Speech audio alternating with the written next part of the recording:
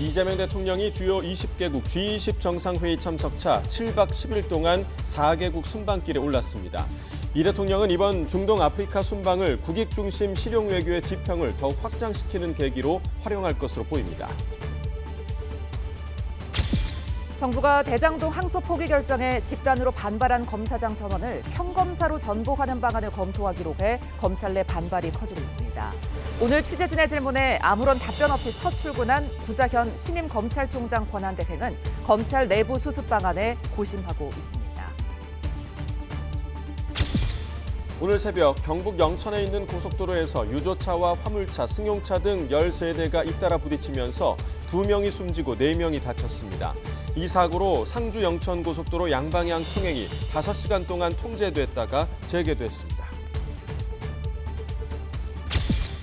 서울 등 내륙의 체감온도가 영하로 떨어지는 등 초겨울 추위가 기승을 부리고 있습니다. 내일 아침엔 오늘보다 최대 10도까지 더 떨어져 전국 대부분이 영하권에 들 전망인 가운데 서해안에는 첫눈이 내릴 거로 보입니다.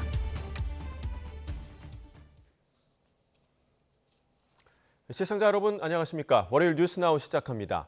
이재명 대통령이 주요 20개국 G20 정상회의 참석차 4개국 순방길에 올랐습니다. 아랍에미리트와 이집트, G20이 열리는 남아공을 거쳐 튀르키예를 방문하는 7박 10일 일정을 시작했는데요. 취재기자 연결해서 들어보겠습니다. 정인용 기자, 이 대통령 순방 소식을 자세히 전해주시죠. 네, 이재명 대통령과 김혜경 여사 수행단은 오늘 오전 9시를 조금 넘겨 공군 1호기를 타고 첫 번째 방문지인 아랍에미리트 UAE로 출발했습니다. 공항에는 더불어민주당 정청래 대표와 김병기 원내대표, 윤호중 행정안전부 장관과 방문국 주한 대사들이 나와 배웅했습니다. 이 대통령은 UAE 방문 첫날 동포 만찬 간담회를 하고 이튿날부터 국빈 방문 공식 환영식과 정상회담, 양해각서 체결 일정을 소화합니다. 대통령실은 인공지능과 방산기술 등 핵심 협력 분야에서 가시적 성과를 만들고 문화, 할랄 식품 등으로 영역을 확대하겠다는 계획입니다. 셋째 날엔 한 UAE 비즈니스 라운드 테이블에 참석해 양국 경제인들과 협력 방안을 논의하고 아크 부대 장병들도 격려할 예정입니다. 이어 오는 20일 이집트로 이동해 정상회담과 카이로 대항 연설을 한 뒤 주 20개국 G20 정상회의가 치러지는 남아공으로 향합니다. 경주 에이펙에서 회원국들의 합의를 주도한 인공지능과 회복과 성장 등 비전을 제시해 논의를 확산시키겠다는 구상입니다. 특히 G20을 계기로 주요국들과 양자회담도 이뤄질 수 있습니다. 끝으로 오는 24일엔 튀르키예를 국빈 방문해 정상회담 등 일정을 소화하고 오는 26일 귀국합니다. 이 대통령은 이번 중동 아프리카 순방을 국익 중심 실용 외교의 지평을 더욱 확장시키는 계기로 활용할 걸로 보입니다.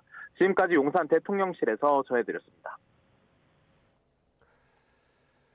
정부가 대장동 항소 포기 결정에 집단으로 반발한 검사장 전원을 평검사로 전보하는 방안을 검토하고 있습니다.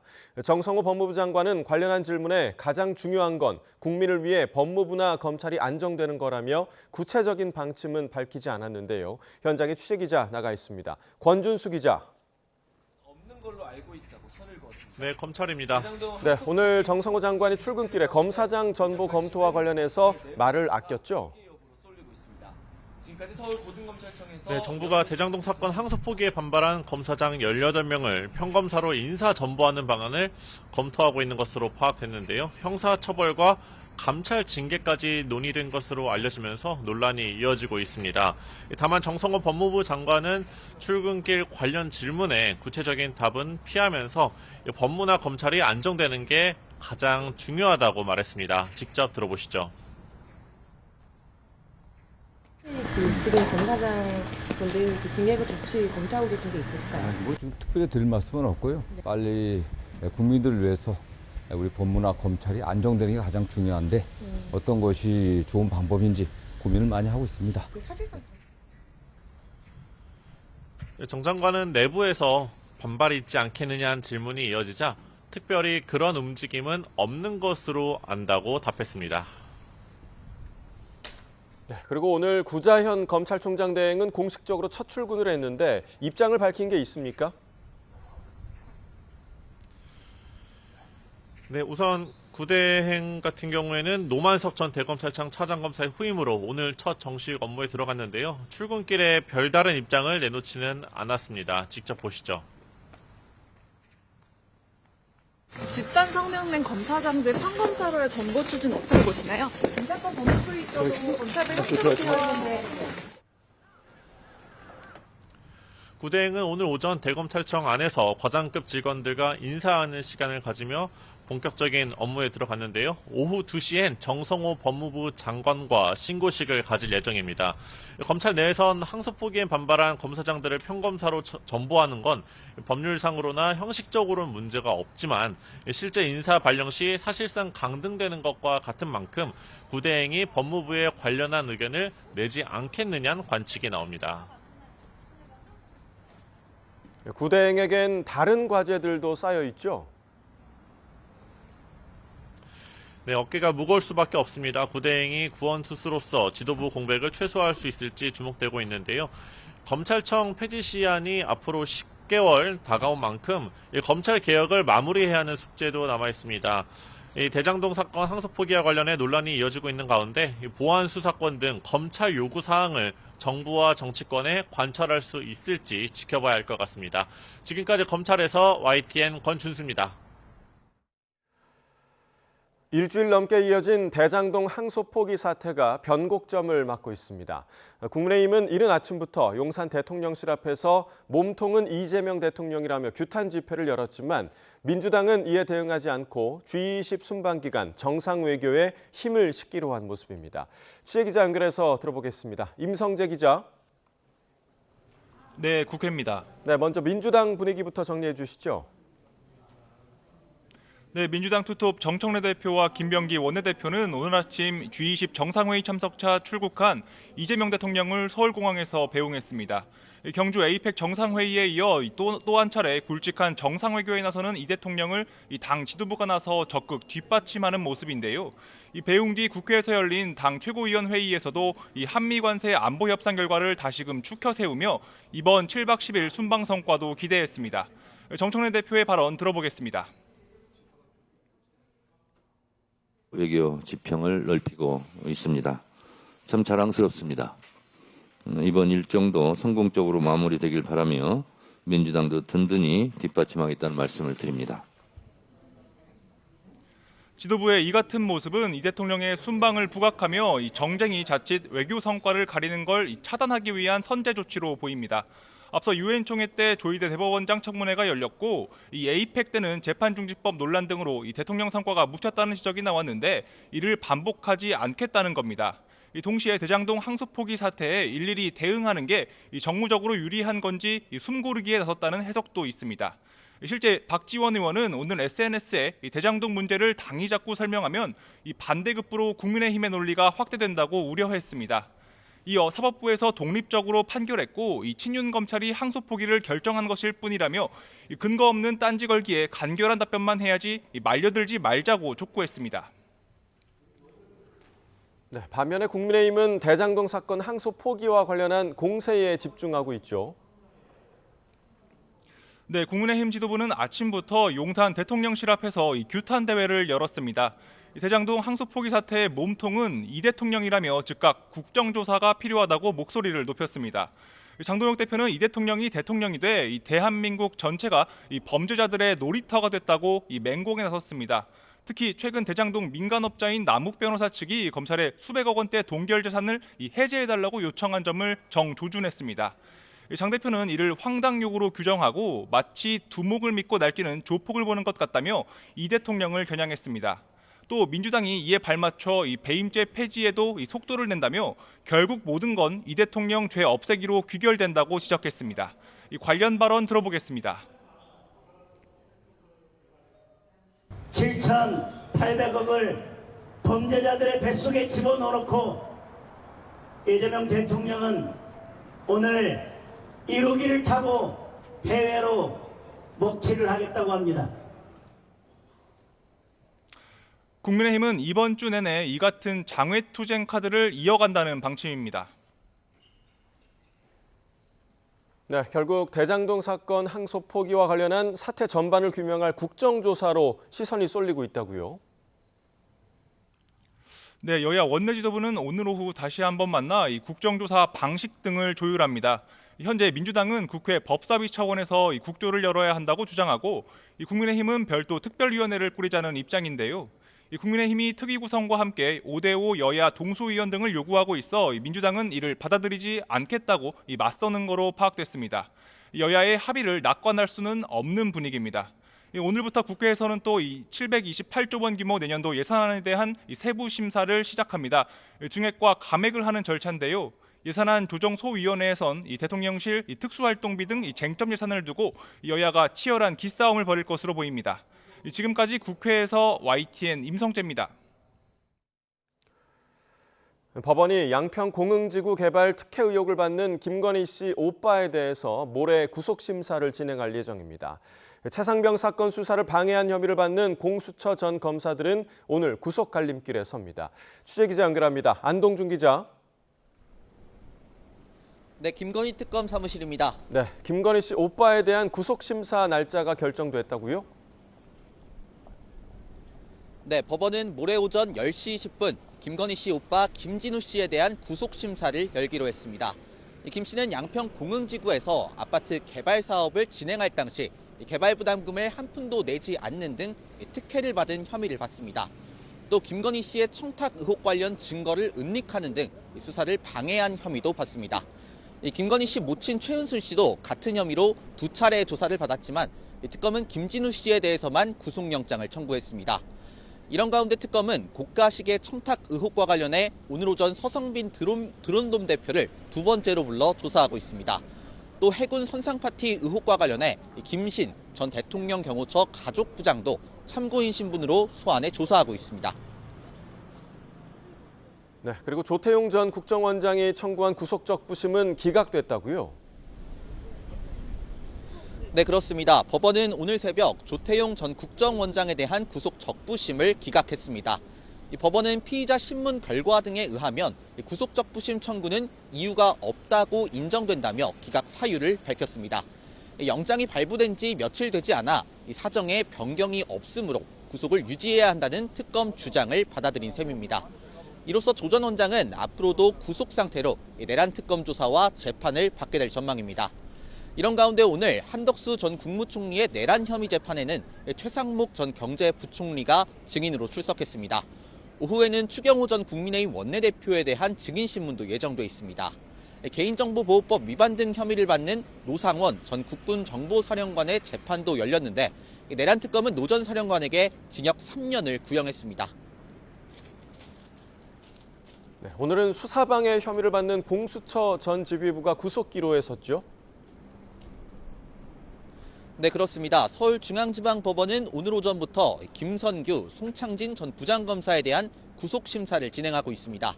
김 전 부장검사와 송 전 부장검사는 최상병 사건 수사를 맡았을 당시 공수처 처장과 차장 직무를 대행했는데요.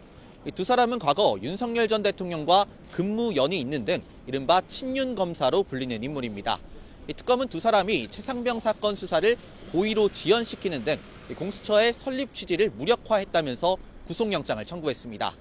한편 특검은 어제 서울구치소에서 윤 전 대통령에 대한 2차 조사를 마쳤습니다. 이 특검은 어제 조사가 진행됐던 도피성 호주대사 임명 의혹과 관련해 조만간 윤 전 대통령을 포함한 피의자들을 재판에 넘길 전망입니다. 지금까지 김건희 특검 사무실에서 YTN 안동준입니다. 관봉권 띠지 분실과 쿠팡 사건 불기소 외압 의혹을 수사할 상설특별검사에 임명된 안권섭 변호사가 맡겨진 소임에 최선을 다하겠다고 밝혔습니다. 안 특검은 오늘 출근길에 기자들과 만나 막중한 책임을 느낀다며 이같이 밝혔습니다. 또 특검보 인선과 준비 계획에 대해선 차근차근 생각해보고 준비하겠다고 말했습니다. 상설특검은 특검과 특검보 2명, 파견검사 5명 등 30명 이내로 구성되고 별도의 특검법 제정 과정 없이 곧바로 수사에 들어갈 수 있습니다.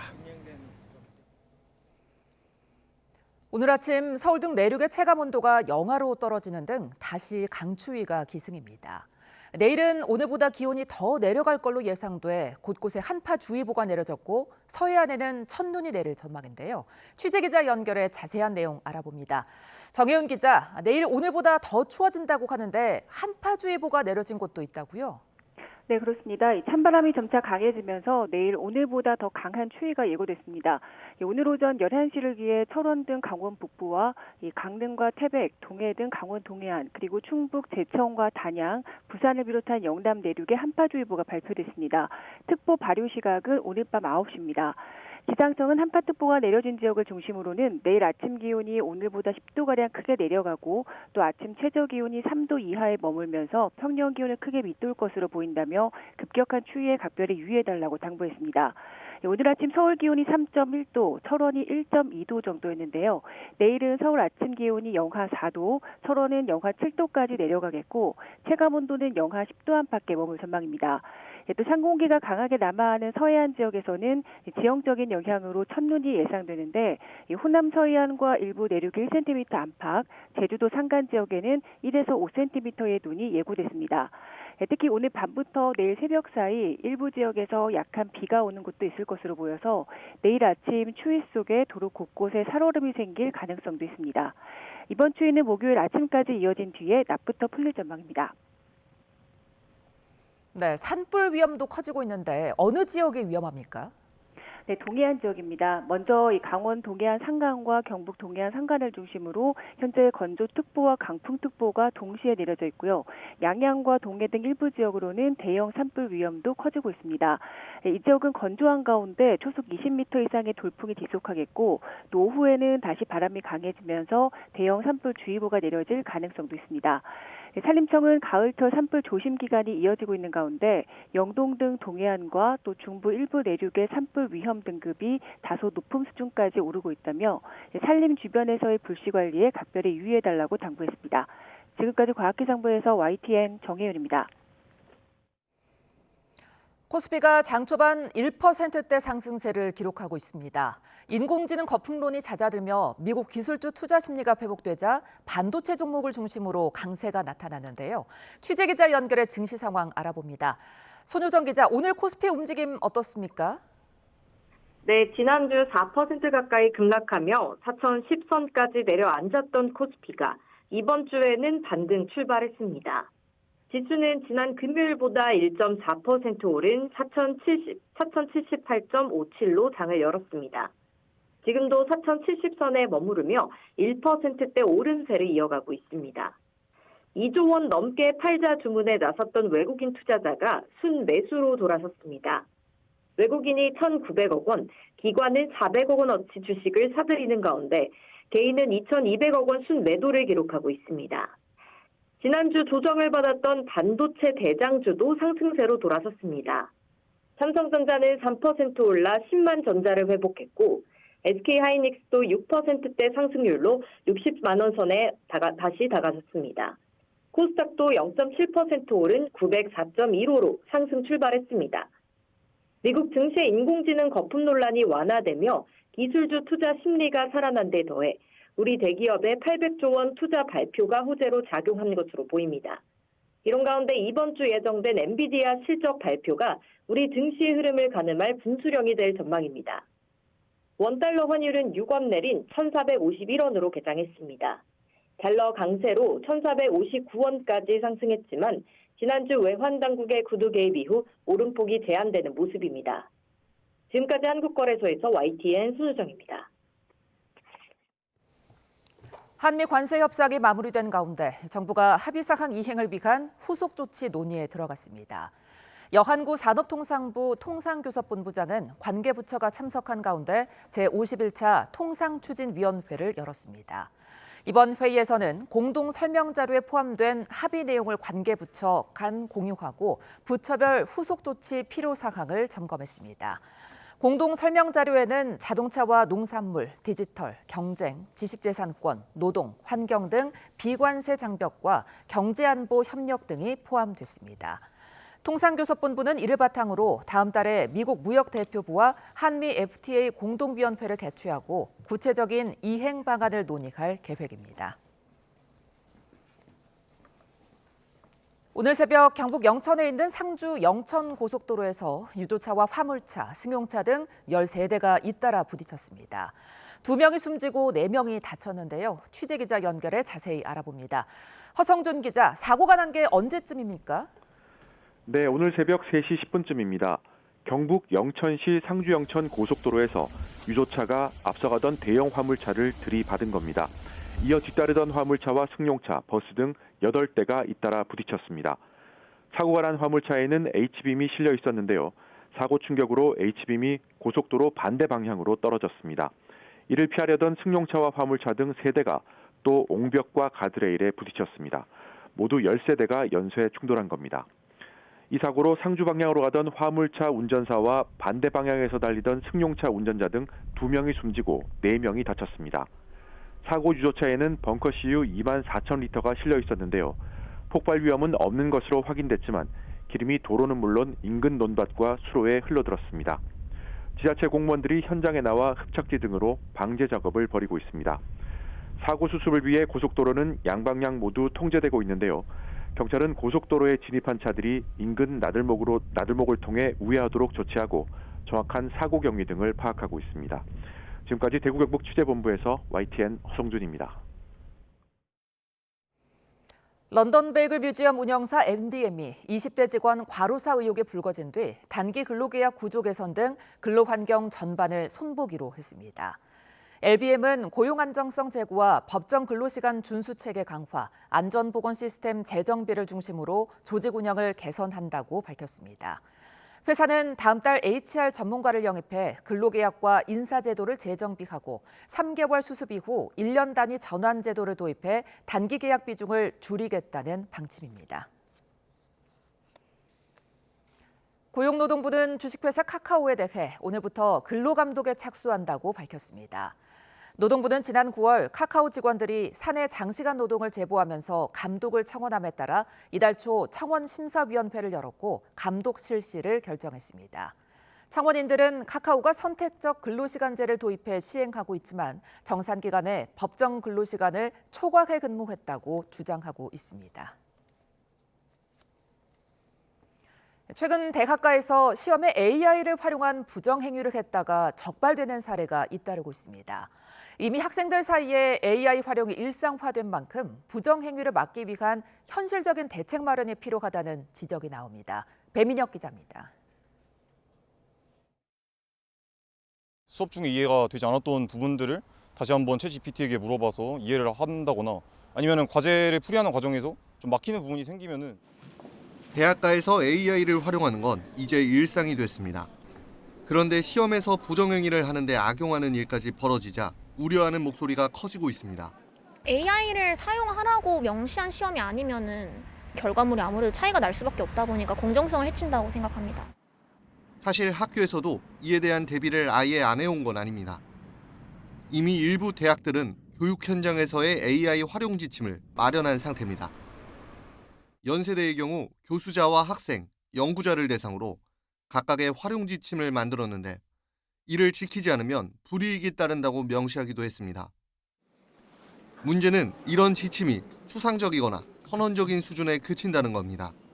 가이드라인이라고 하는 것 자체가 부정행위를 막을 정도의 위력이 있어야 되는 거거든요. 그런데 지금 그게 반대로 나타났잖아요. 부정행위를 막기 위해서는 보다 실효성 있는 대책이 필요하다는 지적이 나오는데 기술적으로 완벽하게 부정행위를 막을 수 없다면 비대면 시험을 없애고 시험 감독을 강화하는 수밖에 없다는 목소리도 있습니다. 시험은 무조건 오프라인으로 와서 사람들이 감독하면서 치러야 되는 거예요. 그래야 윤리적인 어떤 유혹에 빠지지 않고. 또 정직하게 시험을 본 학생들이 상대적 박탈감을 느끼지 않도록 부정행위에 엄정하게 대응해달라는 요구도 있습니다. 공정성에 대한 신뢰가 흔들리지 않도록 대학들이 더 적극적으로 고민해야 한다는 지적입니다. YTN 배민혁입니다.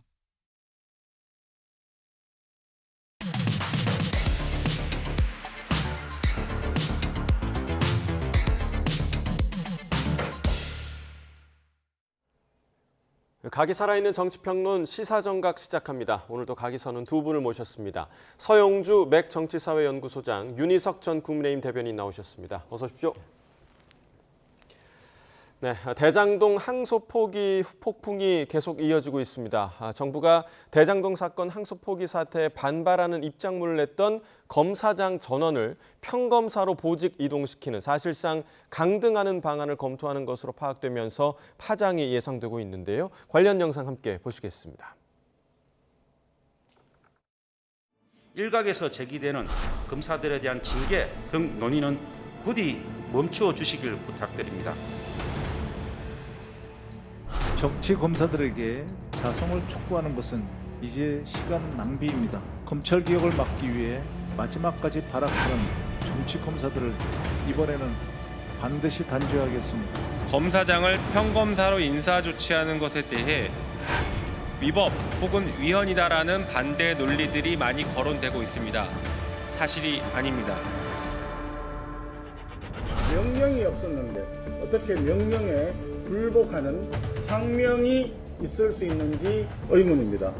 지금 필요한 것은 검사 입틀막법이 아니라 검찰을 외압으로부터 끝까지 지켜내는 일입니다.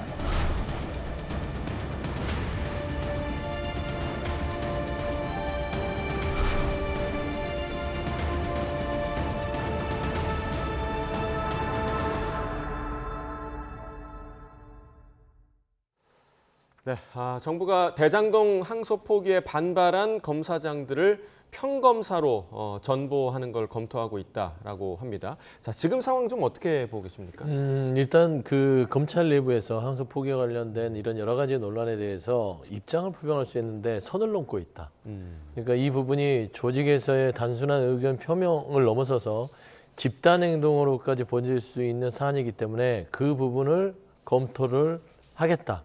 일단은 조금 검토지 단행이라고 하지 않았습니다. 그래서 그 내부적으로 18개 검사장 이분들이 주축이 돼서 지금 이렇게 항소 포기에 대한 부분들을 검찰의 동요를 일으키고 있는데 이분들에 있어서 계속 이렇게 지속되면 이게 내부적으로 검찰 조직을 망치기 때문에 인사 조치를 하겠다는 것이죠. 징계와 인사 조치는 다르다. 라는 점에서는 이 부분에 있어서는 일단은 충분히 입장 표명을 했으니까 여기서 멈추고 업무에 복귀하는 게 맞죠. 네, 뭐 지금 아직 검토 중이다라고 얘기를 하셨지만 이게 이 인사 조치라는 게 사실상의 징계의 성격을 좀 띌 수 있는 부분 아니겠습니까? 어떻게 좀 바라보고 계세요? 검사장들을 평검사로 강등을 한다는 거 아니겠습니까? 그건 굉장히 모욕적으로 받아들이겠죠. 일부는 만약에 이게 시행이 되면 검찰을 떠날 수도 있는 결정을 할 수도 있을 정도로 이런 정도의 강등 조치를 안 했었기 때문에 파장이 커질 거다. 민주당에서는 계속 검찰에서 항명을 하고 있기 때문에 조직 안정 차원에서라도 뭔가 조치를 취해야 한다라고 주장을 하지만 송원석 원내대표 말씀하신 것처럼 명령이 없었는데 무슨 항명이냐라는 주장도 가능할 수 있을 것 같고요.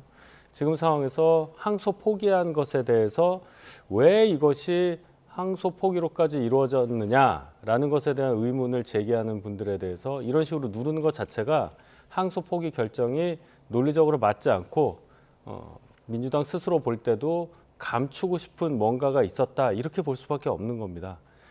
지난 그 검찰개혁 과정에서 검찰에서 그렇게 큰 반발 움직임이 없었어요. 지금 이 항소 포기가 검찰로부터 직접 수사권을 빼고 또 검찰을 이렇게 분리하고 하는 과정보다 검찰에 더 그러면 영향을 안 좋게 미쳤느냐? 그렇지는 않을 겁니다.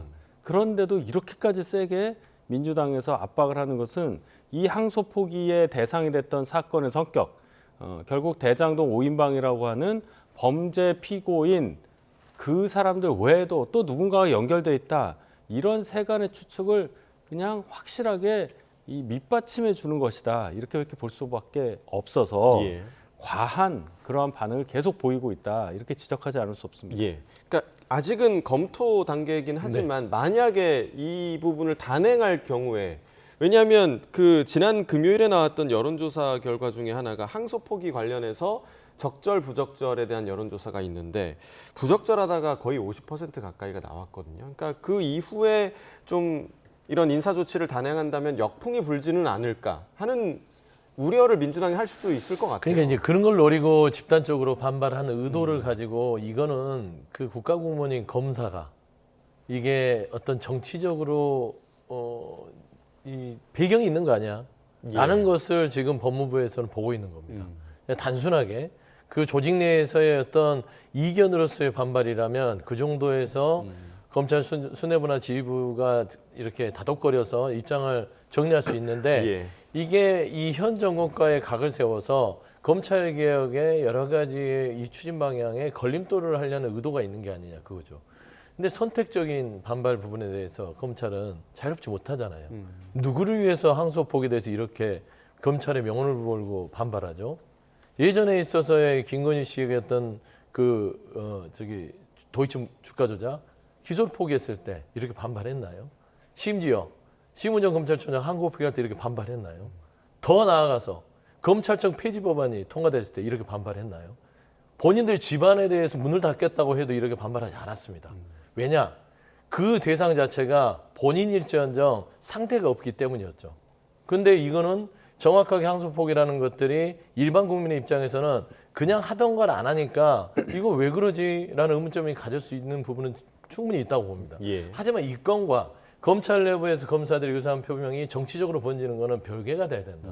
나는 그 얘기를 하는 거예요. 예. 그러니까 국민들이 우려하는 부분들은 분명히 존재하나 검찰 자체가 이를 정치로 이용하는 것은 국가공무원의 처신에 맞지 않기 때문에 이거는 법무부 내에서도 이 부분을 조정을 해야 되고 이 방편이 인사조치. 예전에 보면 그 정권이 바뀔 때마다 법무연수원에 징계성 조치를 합니다. 한동훈 전 대표도 한때는 법무연수원에 계셨고 예. 또 한동훈 전 대표가 법무장관이 됐을 때는 그때 또 그 정부에서 잘 나가던 분들 지금 이성윤 의원 같은 그분들 법무연수원으로 갔어요. 그러면 그게 과연 어떤 보복인가요? 물론 개인적으로는 경질성으로 느끼지만 이게 법적 절차 안에서 이루어진 부분이기 때문에 딱 그 정도 수준에서 멈추는 거. 저는 이게 검찰의 어떤 그 검사장급들, 지검장들급들의 검찰을 위한 마음이 돼야 된다. 예. 그런 지적을 하고 싶습니다. 그러니까 정치적 의도가 있는 거 아니냐, 왜 선택적 분노를 하느냐라는 게 지금 계속해서 여권에서 주장하는 부분이거든요. 그는 민주당이 본질을 자꾸 회피하기 위해서 소위 말하는 물타기를 하는 것이라고 생각을 합니다. 과거에 검찰이 선택적으로 분노를 마땅히 해야 하는데 안 한 경우가 분명히 있을 수 있어요. 예. 그렇게 볼 수 있습니다. 그는 정치적으로 생각할 수도 있는 건데 지금 이 사안은요. 정치적인 거 다 떠나서 대장동 사기 피의자 피고인 5명에 대해서 추징금을 몇천억을 깎아줄 수밖에 없는 상황까지 몰고 간 항소포기. 여기에 대해서 어떻게 이런 일이 벌어지고 있느냐라고 검사들이 물어보는 거예요. 여기엔 좌도 없고 우도 없는 겁니다. 어떻게 범죄를 저지른 사람에게 추징금을 합당하게 추징할 수 있는 기회를 왜 국가가 스스로 막냐는 거예요. 여기에 무슨 정치적인 고려가 있어요. 그런 거 아닙니까? 그러니까 왜 민주당에서는 결론적으로 이 피고인 5명의 편을 들어주느냐. 이 사람에 대한 어떤 응징과 관련해서 제대로 효과적으로 대응하지 못한다는 점에 대해서는 한마디도 하지 않고 이 결정에 대해서 일선 검사들이 주장하고 있는 그 양태에 대해서만 국기문란이다, 항명이다 이런 식으로 하면서 징계 수위를 높이고 처음 보는 검사장의 평검사 강등, 파면이라는 것까지 검사들에게 적용한다라든지 이런 식으로 반응 것이 도대체 뭐냐는 거예요. 원래 원인이 있지 않습니까? 우리는 이 원인에 대해서 얘기하고 싶은 겁니다. 예. 그러니까 이제 정치적 주장은 정치 영역에서 하는 겁니다. 그러니까 이 검찰에 지금 반발하는 사람들은 국가 공무원입니다. 그 주장을 하고 싶으면 나오세요. 나와서 한동훈 전 대표를 위시해서 본인들과 똑같은 주장을 하는 사람 쪽에 서서 정치를 하세요. 그러니까 국가 공무원의 옷을 입고 나서 그 수위 자체를 정치적으로 넘어가게 되면 당연히 국가공무원법이나 검찰청법에 따라서 이 부분에 대해서 주의를 줘야 되지 않겠냐 이런 생각을 하는 건 너무나 당연한 조치예요. 또 한 번 더 붙이면 검찰은 어땠어요? 정교조뿐만 아니라 교사뿐만 아니라 공무원들이 집단 행동할 때 이거는 법의 잣대를 대해서 기소를 했어요. 근데 본인들은 그렇게 해도 돼요? 아니죠. 그러니까 선을 넘지 말라는 겁니다. 말을 하지 말라는 게 아니라. 그래서 저는 이런 부분에 있어서 정치적 고망은 정치적인 사안에 넘겨놓고 본인들은 본인의 업무를 충실해라. 10개월밖에 안 남았습니다. 예, 자, 국민의힘은 오늘 용산 대통령실 앞에서 대장동 항소포기 규탄 기자회견을 열었습니다. 장동혁 대표 이 자리에서 대한민국이 범죄자 저수지가 됐다라면서 강하게 비판을 했는데요. 그 모습 잠깐 보고 오겠습니다. 이제 국민의 피눈물을 빨고 있습니다. 항소포기로 국민의 7,800억이 날아갔습니다. 그리고 대장동 일당은 뻔뻔하게 추징을 위해 보존했던 재산을 풀어달라고 당당하게 요구하고 있습니다. 풀어주지 않으면 국가 배상을 하겠다고 당당하게 협박하고 있습니다. 마치 두목을 믿고 칼 들고 쇠파이프 들고 날뛰는 조폭을 보는 것 같습니다. 대통령이라는 뒷배가 없다면, 용산백이 없다면 가능하지 않은 일입니다. 그 사람은 그 사람대로의 권리를 주장하는 건데 그 재판부에서 받아들일 가능성이 저는 없다고 봅니다. 2,070억 원이라는 많은 돈이 지금 보존돼 있기 때문에 우리 국민 여러분들께서 혹시나 일방적인 주장에 의해서 이거 뭐 한 푼도 못 찾는 거 아니야라는 그런 우려는 하실 필요가 없다. 따라서 민사소송으로 얼마든지 소송해서 확정 판결을 받으면 2,070억 원의 범위 내에서 그 부당이득을 환수할 수 있는데. 자, 장동혁 대표는 대장동 피의자들의 이른바 용산백을 언급을 했고요. 좀 궁금했던 거는 대통령이 오늘 해외 순방 떠났잖아요. 그래서 대통령이 없는 대통령실이었는데 국민의힘 의원들은 왜 대통령실로 갔을까? 이것도 좀 의문이거든요. 상징적인 의미가 있죠. 방금 말씀드렸지만 이 사건이 단순한 어떤 부동산 관련한 뭐 사기에 가까운 행위 때문에 벌어진 일이라는 것 외에도 당시에 성남시장으로서 이 사업을 추진했고 스스로가 이 설계를 본인이 했다고 주장하는 이재명 대통령과 연결되어 있기 때문에 대통령실에 가서 대통령 안 계시든 말든 가서 항의 집회를 했다고 저는 생각을 합니다. 박범계 의원이 법무부 장관 출신이잖아요. 변호사고요. 그런데 지금 국민들이 굉장히 혼란스러워할 만한 말씀을 하셨습니다. 2,070억 원 추징 보존돼 있기 때문에 전혀 국민들은 걱정할 필요가 없다. 이거 다 추징할 수 있다. 법원에서 이 추징 보존한 거 풀어달라고 하는 남욱 등의 주장에 대해서 받아들여질 가능성이 없다 이렇게 말씀하셨는데요. 처음 듣는 얘기입니다. 민사소송을 통해서 설령 어느 정도 보전이 가능하다 하더라도 그냥 국가가 추징해서 그 추징받은 돈을 그대로 피해자에게 줄 수 있는 제도가 있는데 왜 하나 더 만들어서 굳이 피해자가 힘들어서 인지대만 해도 얼마입니까? 수천억 원에 대한 소송가액, 거기에 대한 인지대가 얼마가 되는지 또 기간은 얼마가 늘어날지 왜 이런 절차를 또 하나 만드냐는 거예요. 그런데 여기에 대해서 국민들이 정말 헷갈리실 정도로 이거 아무 문제 없다는 식으로 말씀하시는 건 이 발언이 훨씬 더 지금 문제가 되고 있다고 저는 생각합니다. 그러니까 왜 직접적으로 추징을 하지 않고 민사소송으로 돌아서 추징을 하느냐라는 이야기시고 지금 뭐 남욱 변호사가 요구하고 있는 부분이 있잖아요. 그래서 남욱 변호사 사례를 보면 다른 피의자들도 비슷한 요구를 하지 않을까라는 생각도 좀 드는데 좀 어떻게 보세요? 근본적으로 그렇게 이제 질문을 하면 재판부는 왜 그런 결정을 내렸지로 가야 돼요. 참 문제가 복잡합니다. 그러면 재판부는 왜 남욱이나 이런 뻔뻔한 그 대장동 일당에게 추징금을 제로 영원을 직접적으로 환수하지 않았는지. 그렇죠. 그거는 재판부한테 물어봐야죠. 그 재판까지 또 이제 민주당이 개입했습니까? 이게 또 뭐 대통령실이 개입했습니까? 그런 억지 논리가 되는 거예요. 그 다음으로 이제 넘어와서 항소 포기를 왜 하지 않았냐? 노만석 총장 대행한테 물어봐야죠. 왜 그런 결정을 했냐? 직을 걸고 그걸 막았었어야 되지 않느냐라는 것입니다. 그다음에 세 번째, 저는 남욱 같은 사람이나 김만배 이런 분들이 저는 좀 폐가망신했으면 좋겠어요.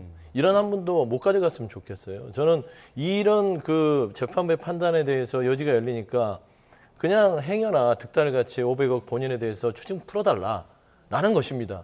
저는 이런 부분에 대해서는 사회적으로 국민들이 용납할 것인가? 저는 이게 제도적으로 보완이 돼야 된다면 이 부분에 특별법으로서 만들어서 몰수를 해야 된다고 생각을 하나 법은 감정이 아니지 않습니까? 그러면 이런 부분들을 막을 수 있는 것은 법원이 여기에 대해서 추징 보전 부분들을 받아들이지 않거나 이거를 해제하기 전에 성남시가 가압류를 통해서 남욱이 그 대장동 사업으로서 벌어들인 돈을 한 푼도 다른 데 쓰지 못하도록 하는 방법, 거기에 집중을 해야 되는 것인데 장동혁 지금 대표 말하는 거 보세요. 무슨 7,800억에 대해서 마치 민주당이 다 봐준 것처럼 봐주지 않았어요. 두 번째, 이재명 대통령이 뭐 먹튀했다고요? 뭘 먹었어야 튀죠? 한 푼도 그런 게 없잖아요. 거기에 이미 잡힌 해외 순방 일정을 가지고 그게 도망갔다. 이런 허위 뉴스를 말하는 국민의힘 메신저인 장동혁 대표를 누가 믿겠습니까? 저는 그런 부분에 있어서는 국민들의 법감정은 좀 오해가 있을 수 있으나 사실과는 전혀 다른 부분들이 너무 많다. 그런 말씀을 드립니다. 백보를 양보해서요. 만약에 검찰에서 항소 포기를 하겠다고 하더라도 추징금이 1심에서 이렇게 적게 나왔으면 법무부 장관이 신중하게 판단하라는 게 아니라 강력하게 잘 준비해서 항소 준비하고 항소하라. 2심에서 더 세게 다퉈봐라 하는 게 맞는 거 아니겠습니까? 그런데 법무부 장관이 뭐라고 그랬어요? 검찰 내부에서 아무도 검찰총장 대행조차 퇴근하기 30분 전까지 항소 안 했다는 걸 모르고 있는 상태였어요. 누구나 항소한다고 봤던 겁니다. 근데 그 와중에 법무부 장관이라는 사람이 신중히 판단하라는 메시지를 전해왔다면 모두가 당연히 항소한다고 할 때 신중히 판단이 뭐로 받아들이겠습니까? 항소 여부에 대해서 고민하라. 더 나아가면 나는 항소 반대한다로밖에 이해가 안 되는 거잖아요. 그럼 국민적 감정에 전혀 반대되는 얘기를 법무부 장관이 하고 거기에 대해서 민주당도 동조하는 거 아닙니까? 이 얘기를 왜 안 하시냐는 거예요. 1심이 뭘 잘못했어요? 1심에서는 이렇게밖에 추징금을 확정할 수 없으니 2심 가서 다퉈봐라고 얘기했어요. 2심에 가서 다툴 권리를 국가가 갖고 있는데 왜 스스로 포기하냐는 거예요. 그 말씀을 저는 듣고 싶은 겁니다.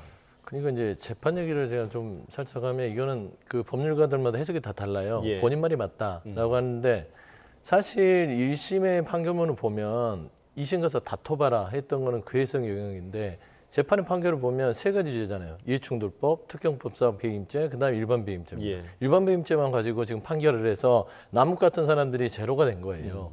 제로가 안 될 수도 있음에도 불구하고 재판부가 그래 판단한 이유는 제가 모르겠습니다. 판사한테 물어봐야 되는데 최소한 이해충돌 방지법과 특경법상의 배임죄 자체는 항소를 해도 실익이 없다는 것들이 판사 출신 변호사들의 분석입니다. 예. 그러니까 그런 부분을 노만석 총장이든 검찰이든 그 실익에 대해서 잘 신중하게 생각해 보시오. 해봤자 어차피 그 부분에 대해서는 이미 1심 재판부가 법리에 대해서 철저하게 판단해놨기 때문에 가봤자 일반 배임죄로 다툴 것인데 그럼 잘 생각하시오.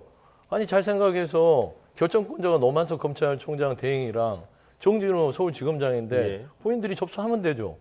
뭐가 그게 문제예요?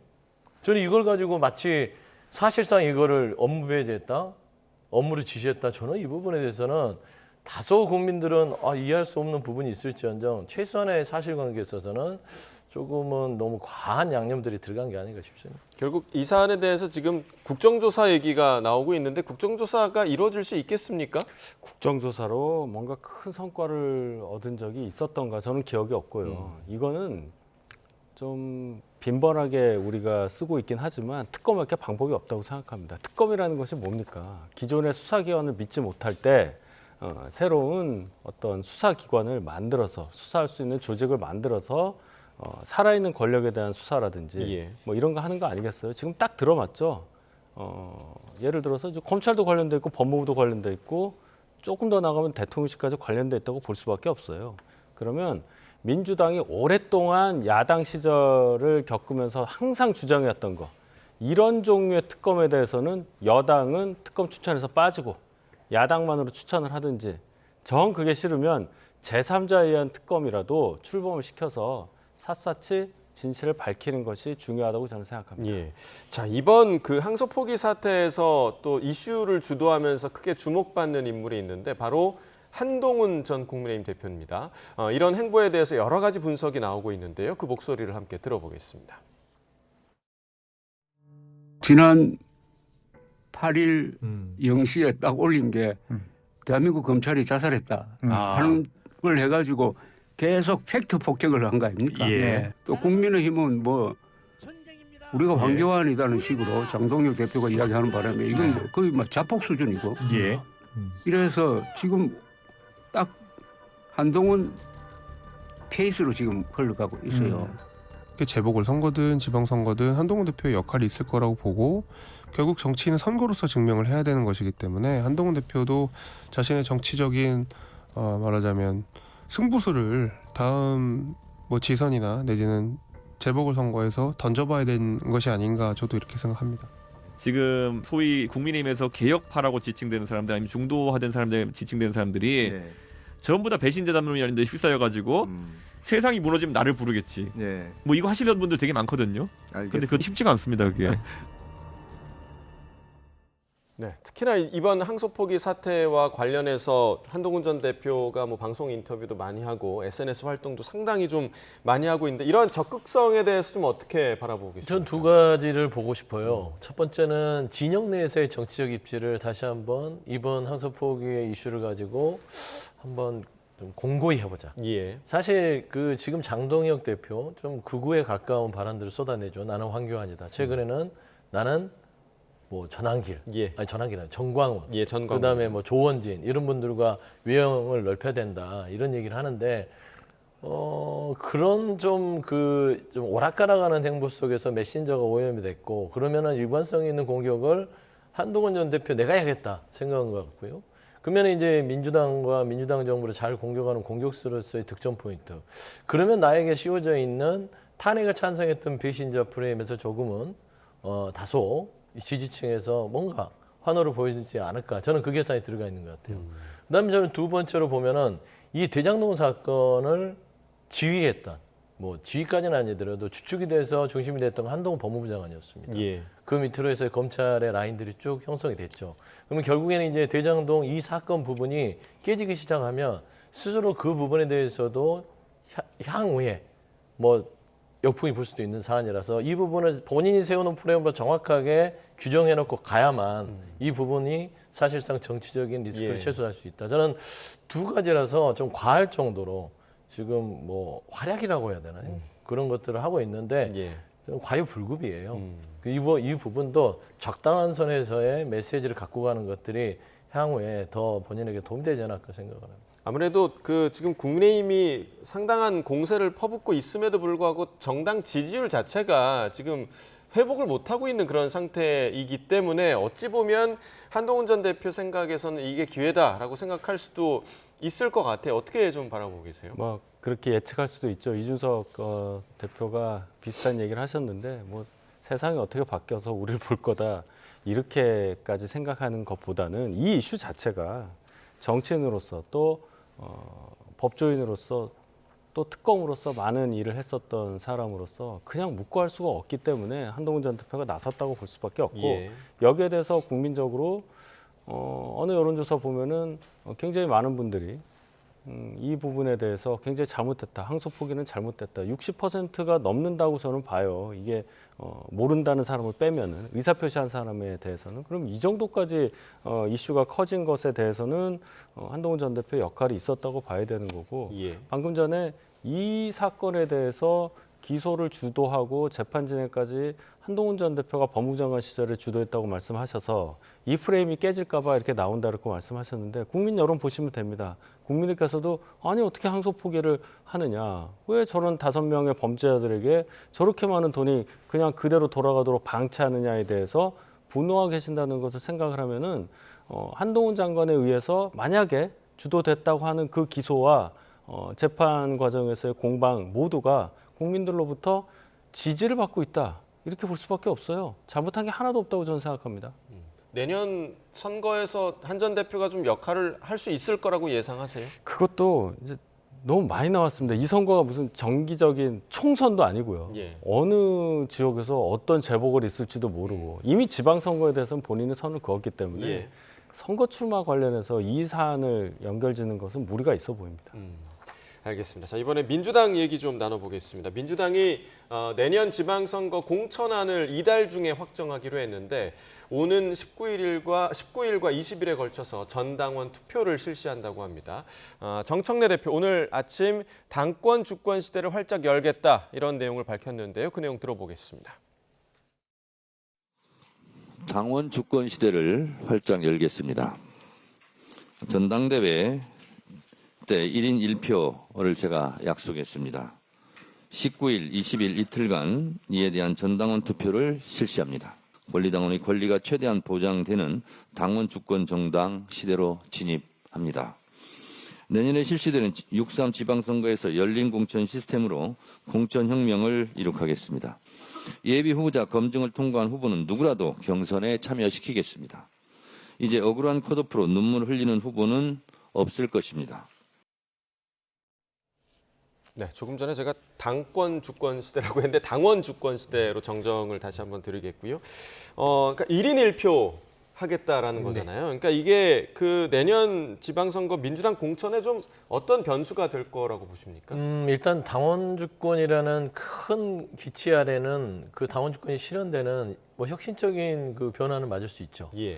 다만 이제 선거적인 측면에 봐서는 당원 100%가 과연 민심과 일치가 되느냐라는 부분은 숙제로 남을 것 같아요. 실패 사례가 국민의힘이거든요. 당원 100%로 해서 그 당이 잘 됐느냐. 그러니까 결과가 이미 한번 나온 게 있어서 이 부분을 잘 살펴서 반면교사를 삼아야 된다. 그러니까 당심과 민심이 일치하는 게 가장 공당으로서는 최선의 과제입니다. 예. 당심 따로 민심 따로 가면 이게 가장 공당에게는 안 좋은 상황입니다. 적절하게 잘 섞여야겠죠. 그래서 저는 이제 당원 주권에 대한 부분들을 지도부 결정을 했고 온라인 투표를 통해서 당원들에게 의견을 물어보기 때문에 당원 100%로 공천을 이번 지방선거에 하겠다. 그러면은 그 당원들이 과연 정말로 일반 민심에 준하는 선택을 할 것인지에 대해서의 그런 숙제. 그다음에 두 번째는 본선 경쟁력은 어떻게 할 것인가. 그러면 당내에서의 후보자 검증은 다 마쳤는데 막상 시장에 내놓고 선거의 최종 결정권자는 이쪽과 이쪽을 뺀 나머지의 중도의 민심인데 그 중도의 민심을 어떻게 평가할 것인가. 저는 이 부분에 대해서 수기 과정이 있었는지에 대해서는 조금 한 번 더 돌아볼 부분이 있다라고 좀 지적하고 싶습니다. 자, 물음표를 던져주셨고 은근슬쩍 공격을 하셨습니다. 그 실패 사례가 국민의힘이다라고 얘기를 해주셨는데 지금 민주당 상황 좀 어떻게 바라보고 계십니까? 네, 저희가 당원 100%로 당대표를 뽑은 적이 있었죠. 빠르게 다시 돌아와서 민심을 부과해서 판단을 하고 있습니다. 민주당에서 1인 1표하고 정말 당원 100%로 만약에 지방선거 후보자들 공천을 결정하고 한다면 서 수장님 말씀하신 대로 그러한 부작용이 분명히 있을 거라고 봅니다. 당심이 민심과 일치한다면 아무 문제가 없는데 지금 민주당 상황을 봤을 때 강경한 노선을 주장하는 분들의 목소리가 과대평가되고 있고 그 과대평가된 목소리에 따라서 기존 당원들조차 따라가는 모양새를 보이기 때문에 말씀하신 대로 가운데에서 합리적으로 뭔가 항상 판단하시는 분들 입장에서는 민주당이 당원 중심으로만 내린 결정에 대해서 안 좋게 보실 부분들이 분명히 있을 겁니다. 그 부분까지 정청래 대표가 생각하고 있는지는 저도 의문이에요. 생각을 안 하고 있기 때문에 이렇게 추진하고 있는 것이 아닌가. 사실은 뭐 저희가 민주당 걱정할 처지는 아닌데 민주당에서 이렇게 나오는 것이 저희 당에까지 영향을 미쳐서 그렇게 가지 않을까, 나쁜 영향을 미칠까 봐 그게 저는 더 걱정이 됩니다. 자, 마지막으로 저희가 짧게 이 부분도 살펴보겠습니다. 오늘 그 안권섭 변호사가 상설 특별검사에 임명이 됐습니다. 관봉권 띠지 사건 그리고 후팡 사건 불기소 외압 의혹을 수사할 예정인데 일단은 이 관봉권 띠지 같은 경우는 김건희 특검과 좀 수사 범위가 겹치지 않을까 하는 생각도 드는데 어떻게 좀 예상하세요? 네, 김건희 씨와 이제 관련이 있는 건진법사 그 수사 과정에서 나온 것이라서 사실 뭐 관봉권의 띠지 자체가 수사의 단초가 얼만큼 되느냐의 문제는 아닌 것 같아요. 그 과정에서 왜 검찰 내부의 의사소통 자체가 뭔가 불공정하게 이루어졌느냐 이 부분이 명확하게 드러나지 않았습니다. 그러면 이거는 강제 수사를 통해서 이 그 팩트를 확인해야 될 사안이 있다. 그래서 이 부분은 수사가 그렇게 크게 깊숙이 개입해질 건 아닌 것 같고요. 저는 쿠팡 관련돼서 수사 그 무마 의혹 이거는 좀 큰 사안 같아요.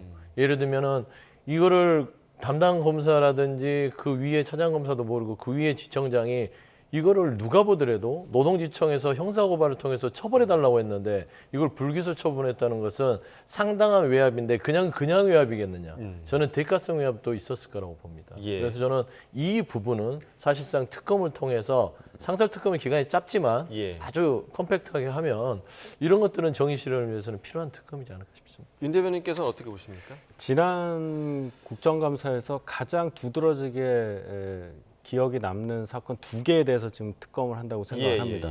쿠팡 기소 무마 관련해서는 담당 검사가 울음까지 터뜨리면서 맞습니다. 절절한 심정을 얘기를 했잖아요. 저는 여기에 대해서는 당연히 진실을 밝히는 차원에서 강력하게 수사의 칼끝이 겨눠져야 된다고 생각하고 관봉권 띠지 관련해서도 천하람 의원이 굳이 관봉권을 가지고 와서 그 띠지를 다 보여줬잖아요. 거기에 아무런 정보가 없었다. 추가적으로 우리가 알 수 있는 정보가 없다는 것을 증명을 했어요.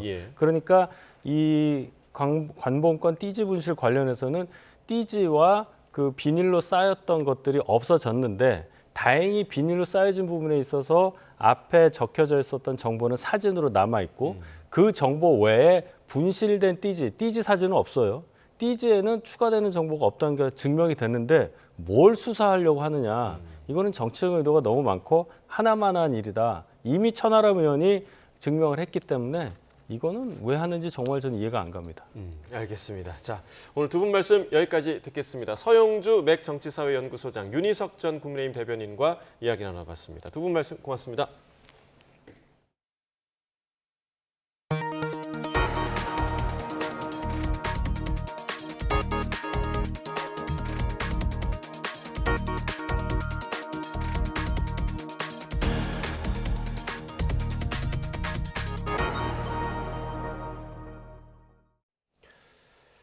전북 전주에서 차량 석 대가 잇따라 부딪혀 1명이 숨지고 4명이 다쳤습니다. 경북 영천에서는 추돌 사고와 함께 유조차에서 불이 나 2명이 숨졌습니다. 밤사이 사건 사고 소식 홍민기 기자입니다. 도로 위 앞쪽이 종이장처럼 구겨진 차들이 멈춰 서 있습니다. 떨어져 나온 차량 파편들도 곳곳에 나뉜 겁니다. 어제 오후 6시 20분쯤 전북 전주시 팔북동에 있는 도로에서 달리던 차량 3대가 부딪혔습니다. 이 사고로 승용차 운전자 60대 남성이 숨졌고 SUV에 타고 있던 임산부가 복통을 호소하는 등 4명이 다쳐 치료를 받았습니다. 고속도로 한가운데에서 희뿌연 연기가 뿜어져 나오고 주변은 출동한 소방차들로 가득합니다. 오늘 새벽 3시 10분쯤 경북 영천시 상주 영천고속도로 화남 2교 부근에서 유조차와 25톤 화물차 등 차량 여러 대가 잇따라 추돌하는 사고가 났습니다. 이 사고로 화물차 운전자가 숨졌고 유조차에 불이 붙으며 다른 차량 운전자 1명도 사망한 것으로 파악됐습니다. 사고 여파로 고속도로 양방향 통행이 막히며 극심한 차량 정체도 빚어졌습니다. 오늘 새벽 0시쯤엔 경기 양평군 청운면 야산에 불이 나 3시간 만에 꺼졌습니다. 다친 사람은 없었지만 인근 주민에게 대피하라는 재난 문자가 발송되기도 했습니다. 소방당국은 근처 주택 창고에서 시작된 불이 산으로 옮겨 붙은 것으로 보고 있습니다. YTN 홍민기입니다. 오늘 아침 7시 10분쯤 서울 신정동에서 지선버스가 앞서가는 다른 버스를 추돌하면서 뒤이어 사다리차, 승용차 등 모두 차량 7대가 부딪히는 사고가 났습니다. 이 사고로 버스 승객과 운전자 등 14명이 다쳤고 이 가운데 4명은 크게 다쳐 병원으로 옮겨졌습니다. 처음 사고를 낸 50대 버스 운전자는 브레이크가 제대로 작동하지 않아 사고를 냈다고 경찰에 진술한 것으로 파악됐습니다. 오늘 새벽 4시 40분쯤 서울 용산구에 있는 한 아파트 외부 계단에서 불이 나 10분 만에 진화됐습니다. 이 불로 외부 계단에 있던 화분 등과 건물 일부가 불에 타 소방당국 추산 23만 원의 재산 피해가 났습니다. 소방당국은 담뱃불로 인한 화재로 추정했습니다. 정부가 대장동 사건 항소 포기에 반발하며 집단 성명을 낸 검사장들을 평검사로 전보하는 방안을 검토하는 거로 파악됐습니다. 검사장들더러 나가라는 의미가 아니냐는 지적도 나오는데 인사가 현실화한다면 검찰 내부엔 다시 적지 않은 파장이 일 걸로 보입니다. 신규혜 기자입니다. 정부가 대장동 항소 포기에 반발한 전국 검사장들을 평검사로 전보하는 등 제재를 가하는 방안을 검토하는 거로 파악됐습니다. 대상은 공동성명에 참여하지 않았던 임은정 서울 동부지검장, 김태훈 서울 남부지검장을 제외한 18명 모두입니다. 대통령실 관계자는 YTN에 이들에 대해 인사조치를 검토하는 거로 안다며 형사처벌과 감찰징계까지 포함해 고려하고 있다고 밝혔습니다. 법무부 관계자도 이들에게 감찰과 인사조치를 하라는 요구가 국민의 대표인 국회에서 나오고 있다며 책임을 묻지 않을 수 없다고 설명했습니다. 항소 포기에 대한 검사들의 반발을 집단 항명으로 일찌감치 규정한 여권은 검사장들을 겨냥해서는 인사조치를 요구해왔습니다. 공무원들의 집단 항명 사태로 국가공무원법을 위반한 묵과할 수 없는 심각한 범죄 행위입니다. 위와 같은 법 위반 공무원들에 대해 단호한 조치가 필요합니다. 법률상 검사의 계급은 검찰총장과 평검사 두 개로만 나뉘어서 검사장들을 대상으로 인사가 나더라도 징계라고 볼 수 없다는 겁니다. 다만 일선 검찰청을 지휘했던 이들을 평검사로 전보시키는 것 자체가 강등의 의미를 가지는 만큼 여권과 정부의 이번 움직임은 상징적 수단으로 검사장들에게 제재를 가하겠다는 의지로 풀이됩니다. 법무부가 일선 검사장들을 포함한 대검 검사급 검사들에 대해서는 인사폭을 제한적으로 운영하고 있어서 실제 전보가 가능할지는 현재로선 알 수 없습니다. 법조계에서는 평검사 전보 자체가 나가라는 의미가 아니겠느냐는 지적이 이미 나오고 있는 만큼 검토 중인 안이 현실화한다면 다시금 큰 파문이 일 전망입니다. YTN 신계입니다. 대장동 항소 포기 논란 여파로 혼란이 계속되는 검찰을 이끌게 된 구자현 검찰총장 권한대행이 공식 업무에 들어갔습니다. 구자현 검찰총장 권한대행은 오늘 아침 대검찰청 청사로 출근해 첫 공식 업무에 돌입했습니다. 구대행은 출근길 정부가 집단 성명을 낸 검사장들을 평검사로 전보하는 것을 추진하는 데 대한 의견을 묻는 취재진의 질문에 아무런 답변을 가지 않았습니다. 구대행은 지난 15일 출근해 부국장들과 면담하고 주요 업무를 보고받은 거로 파악됐습니다.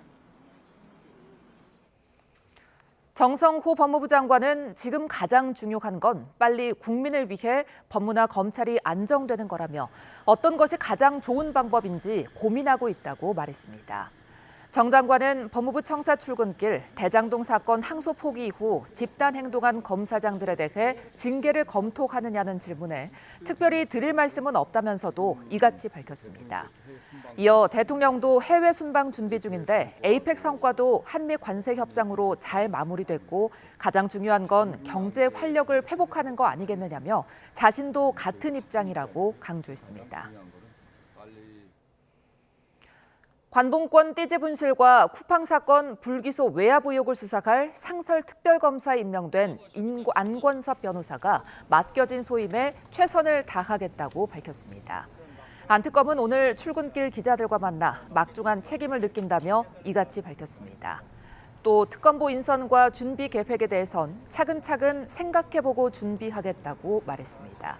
상설특검은 특검과 특검보 2명, 파견검사 5명 등 30명 이내로 구성되고 별도의 특검법 제정 과정 없이 곧바로 수사에 들어갈 수 있습니다. 네, 그 어느 때보다 긴장감이 돌았던 한미 관세 협상, 긴박했던 뒷이야기가 하나둘씩 공개되고 있습니다. 자, 먼저 대통령실 3실장이 이재명 대통령 유튜브에 후일담을 이렇게 털어놨는데요. 미국의 협상 초안을 처음 받았을 때 김용범 정책실장은 이런 생각까지 들었다고 합니다. 함께 들어보시죠.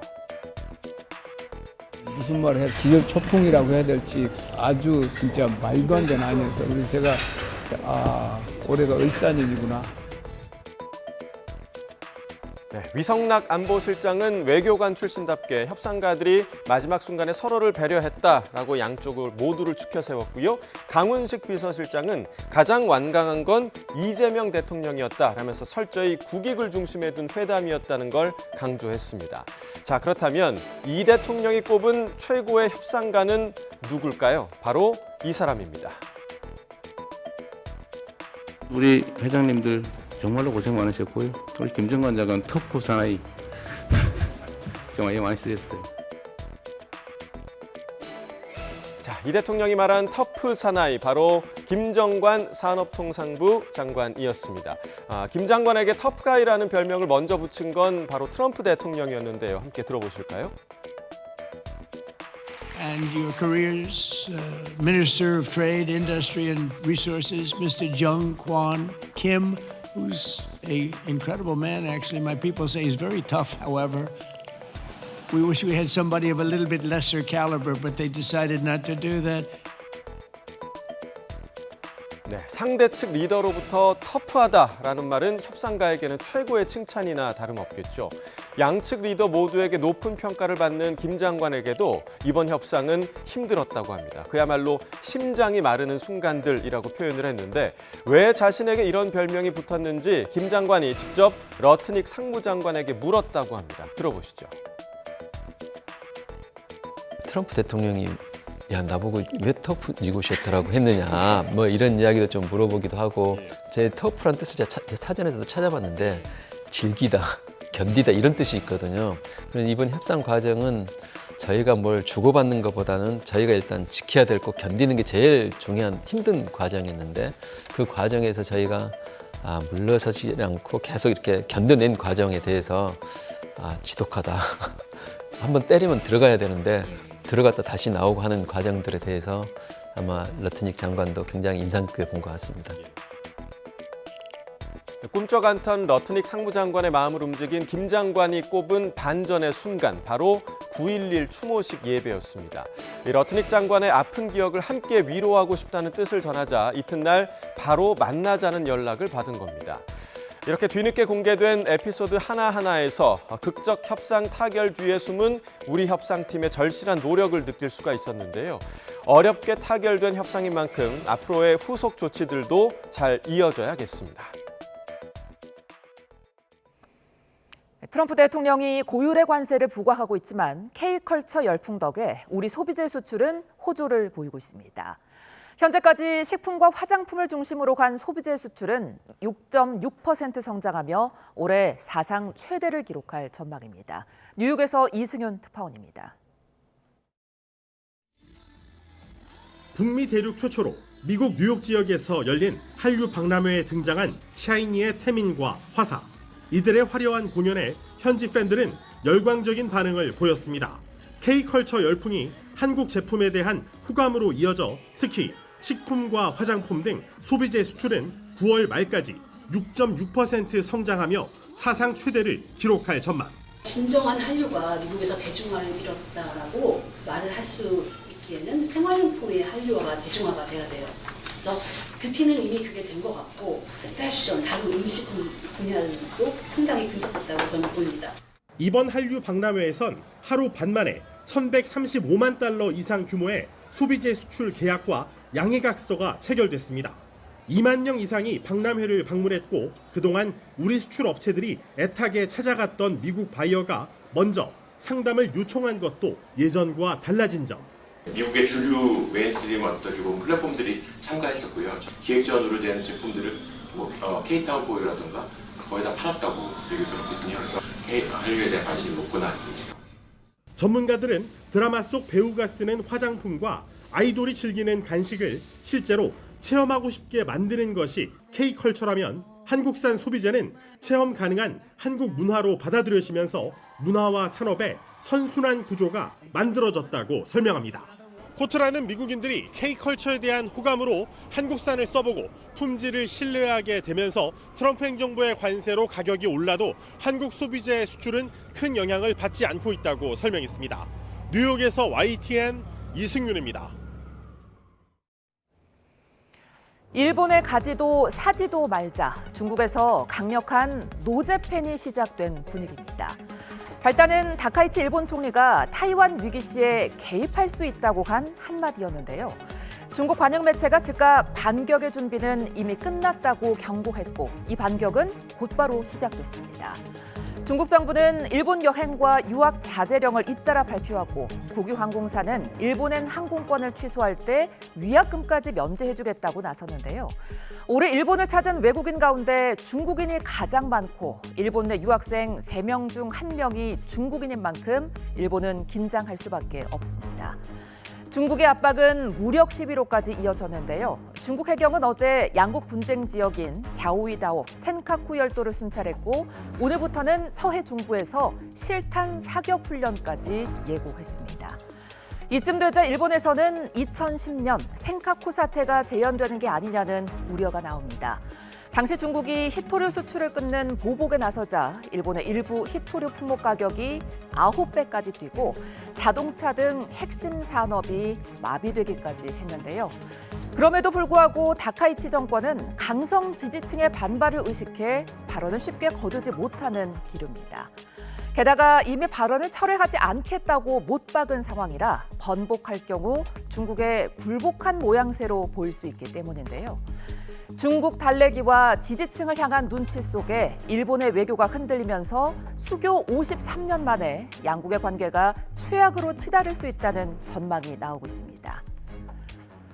이런 가운데 일본 외무성 간부가 오늘 중국을 방문합니다. 니혼 게이자이 신문은 가나이 국장이 류진숭 중국 외교부 아시아 국장을 만나 다카이치 총리의 발언과 쇠젠 오사카 주재 중국 총영사의 소셜미디어 글을 둘러싼 양국 간 대립의 진정을 모색할 거라고 보도했습니다. 교도통신도 가나이 국장이 내일 중국 측과 회담할 예정이며 다카이치 총리의 국회 답변이 기존 일본 정부의 입장을 바꾼 것은 아니라고 다시 설명하면서 사태의 진정을 도모할 거라고 전했습니다. 일본 내에서 다카이치 총리 내각에 대한 지지율은 고공행진을 이어가고 있습니다.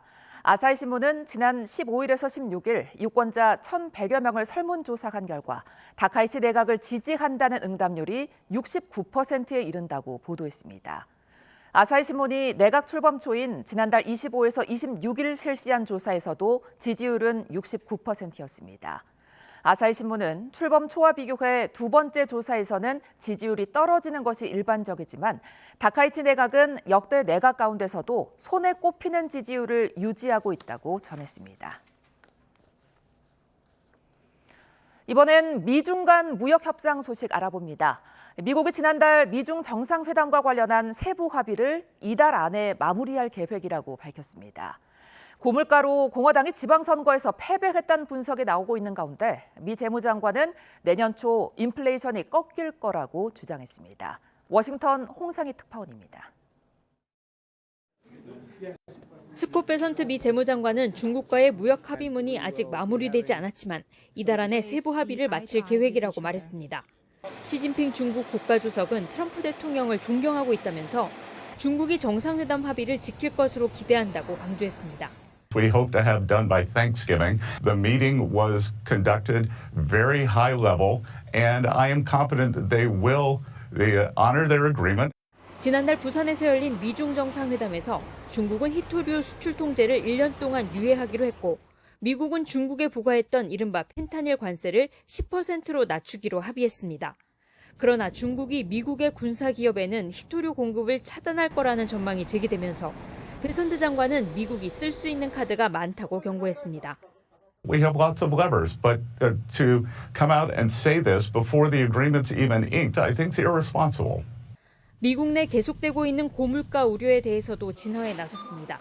지난 4일 뉴욕시장 등 지방선거에서 물가 불안으로 공화당이 패배했다는 분석이 이어지는 가운데 베선트 장관은 내년에는 물가가 안정될 거라고 주장했습니다.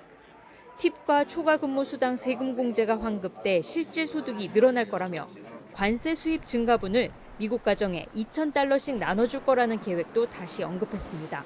I think Americans are going to feel it in the first quarter, second quarter. I think 2026, thanks to President Trump's signature plans, is going to be a great year for working Americans, for the markets.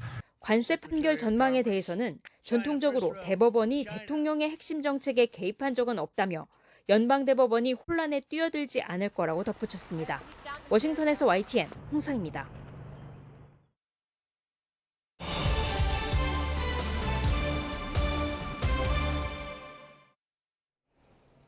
서울 전역과 경기 12개 지역을 3중 규제로 묶은 11호 부동산 대책이 시행됐는데도 지난달 부동산 시장 소비 심리는 상승한 거로 나타났습니다.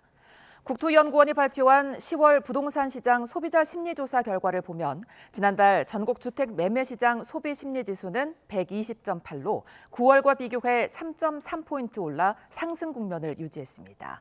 수도권은 127로 9월보다 5.3포인트 올랐고 비수도권은 113.2로 1.2포인트 상승해 보합 국면을 이어갔습니다. 11호 부동산 규제 대책이 발표된 지 한 달이 지났습니다. 고강도 규제에도 여전히 시장은 혼란스러운 모습인데요.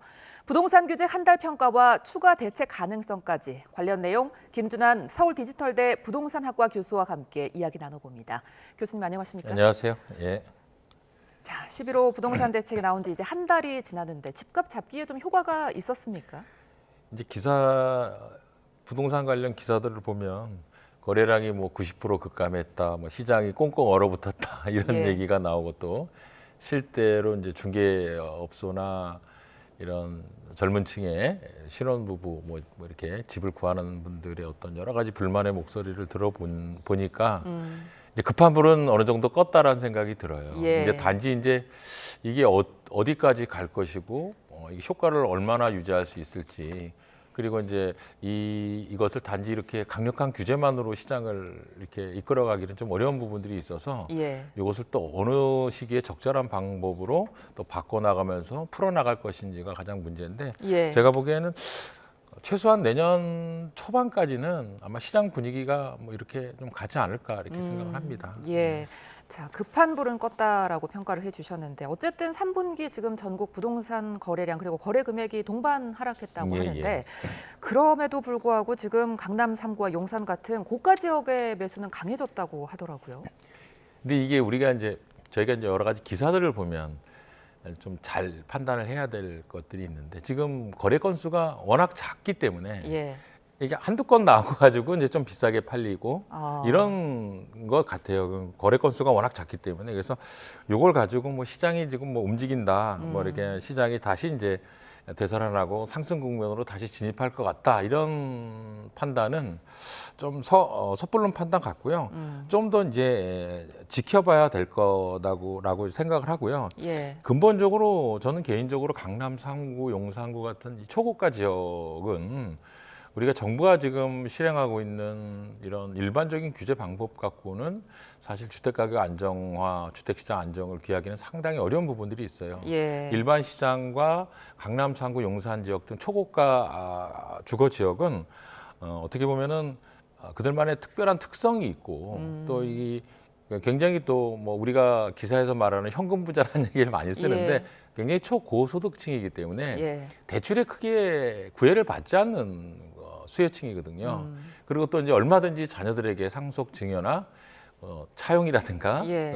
이런 식으로 해서 언제든 마음만 먹으면 주택을 구입할 수 있는 이런 수요층이란 말이죠. 그래서 이제 이것을 일반적인 뭐 서울 전체, 경기도 이렇게 다 같이 하는 게 아니라 제가 보기에는 이제는 정부에서 강남 3구와 용산구는 좀 다른 이런 정책 방향으로 좀 차별화시켜서 나갈 필요가 있는데 그 중에 저는 사실 대안 하나가 뒤에서 시간이 되면 말씀드리겠지만 일단은 초고가 지역에 있어서 보유세는 좀 강화를 하는 대신에 그 대신 이제 자유롭게 사고 팔 수 있게 양도 차익에 대한 부분을 어느 정도 인정해 준다면 사실 이 강남 3구나 용산구 등 이런 초고가 지역에 신규 주택을 공급하는 거는 거의 불가능하거든요. 재건축 외에는. 예. 그렇다면 우리가 신규 주택을 공급하는데 한계가 있다면 기존의 재고 주택을 자유롭게 좀 사고 팔 수 있게 예를 들어서 가격이 많이 올랐다 치더라도 어느 정도는 세금으로 내지만 또 일정 부분은 내가 수익으로 가져갈 수 있는 이런 시장 분위기를 조성하면 예. 자연스럽게 이제 기존 주택이 매물로 나오게 되면 또 시장이 어느 정도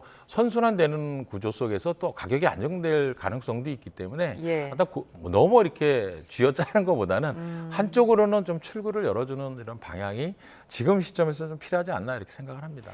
예, 고가 지역에 대한 어떤 핀셋 규제 방안까지 짚어주셨는데 그런데 지금 이쪽과는 좀 상반되게 노원이나 도봉 지역 같은 강북 지역은 거래도 실종되고 또 그에 따라서 집값도 좀 내린 분위기예요. 이렇게 되면은 양극화가 좀 심해지는 거 아닙니까? 이게 지금 이 지역 지금 말씀하신 이 지역들은 다소 좀 억울한 면이 있어요. 억울하다. 왜냐하면 집값이 크게 오르지 않았거든요, 사실. 그동안에요? 예, 그동안 이게 예. 뭐 강남이라든가 뭐 이런 데가 오르는 거에 비하면 많이 오르지도 않았어요. 근데 이제 이게 정부에서 왜 이렇게 성급하게 서울시 전역과 경기도 일부 지역까지 토지거래 허가 구역으로 묶었냐면은 예. 이게 이제 기존에 이제 강남 3구 묶고 그 다음에 이제 마포 뭐 이렇게 묶고 이렇게 하다 보니까 계속 이게 풍선 효과처럼 주변 지역으로 확대되는 그러니까 결국은 주변 지역까지 한 번에 다 같이 올려놓는 이런 결과를 낳기 때문에 예. 이번에는 사실 그런 부분이 이번 정부에서는 좀 경험치로 좀 두려웠던 것 같아요. 그래서 일거에 그냥 다 묶었는데 예. 그 중에는 일부 지역은 그렇게 집값이 크게 안 오른 지역들도 있단 말이에요. 그럼 그분들 입장에서는 굉장히 좀 뭐라 그럴까 좀 속상하시죠. 그리고 왜냐하면 집을 또 팔고 나가셔야 될 분들이 있고 또 거기에 집을 사고 싶어 계획이 있었던 분들도 있는데 이제 이렇게 규제를 해놓으니까 실제로 실수요자들이 그 지역의 주택을 사거나 팔 때 굉장히 많은 제약이 있기 때문에 이런 부분은 이제 좀 지켜보고 올해 말 내년 초까지 상반기까지 지켜보고 좀 어느 정도 안정이 되면 선별적으로 이런 지역들은 좀 규제를 좀 완화해 줄 필요가 있지 않나 이렇게 생각합니다.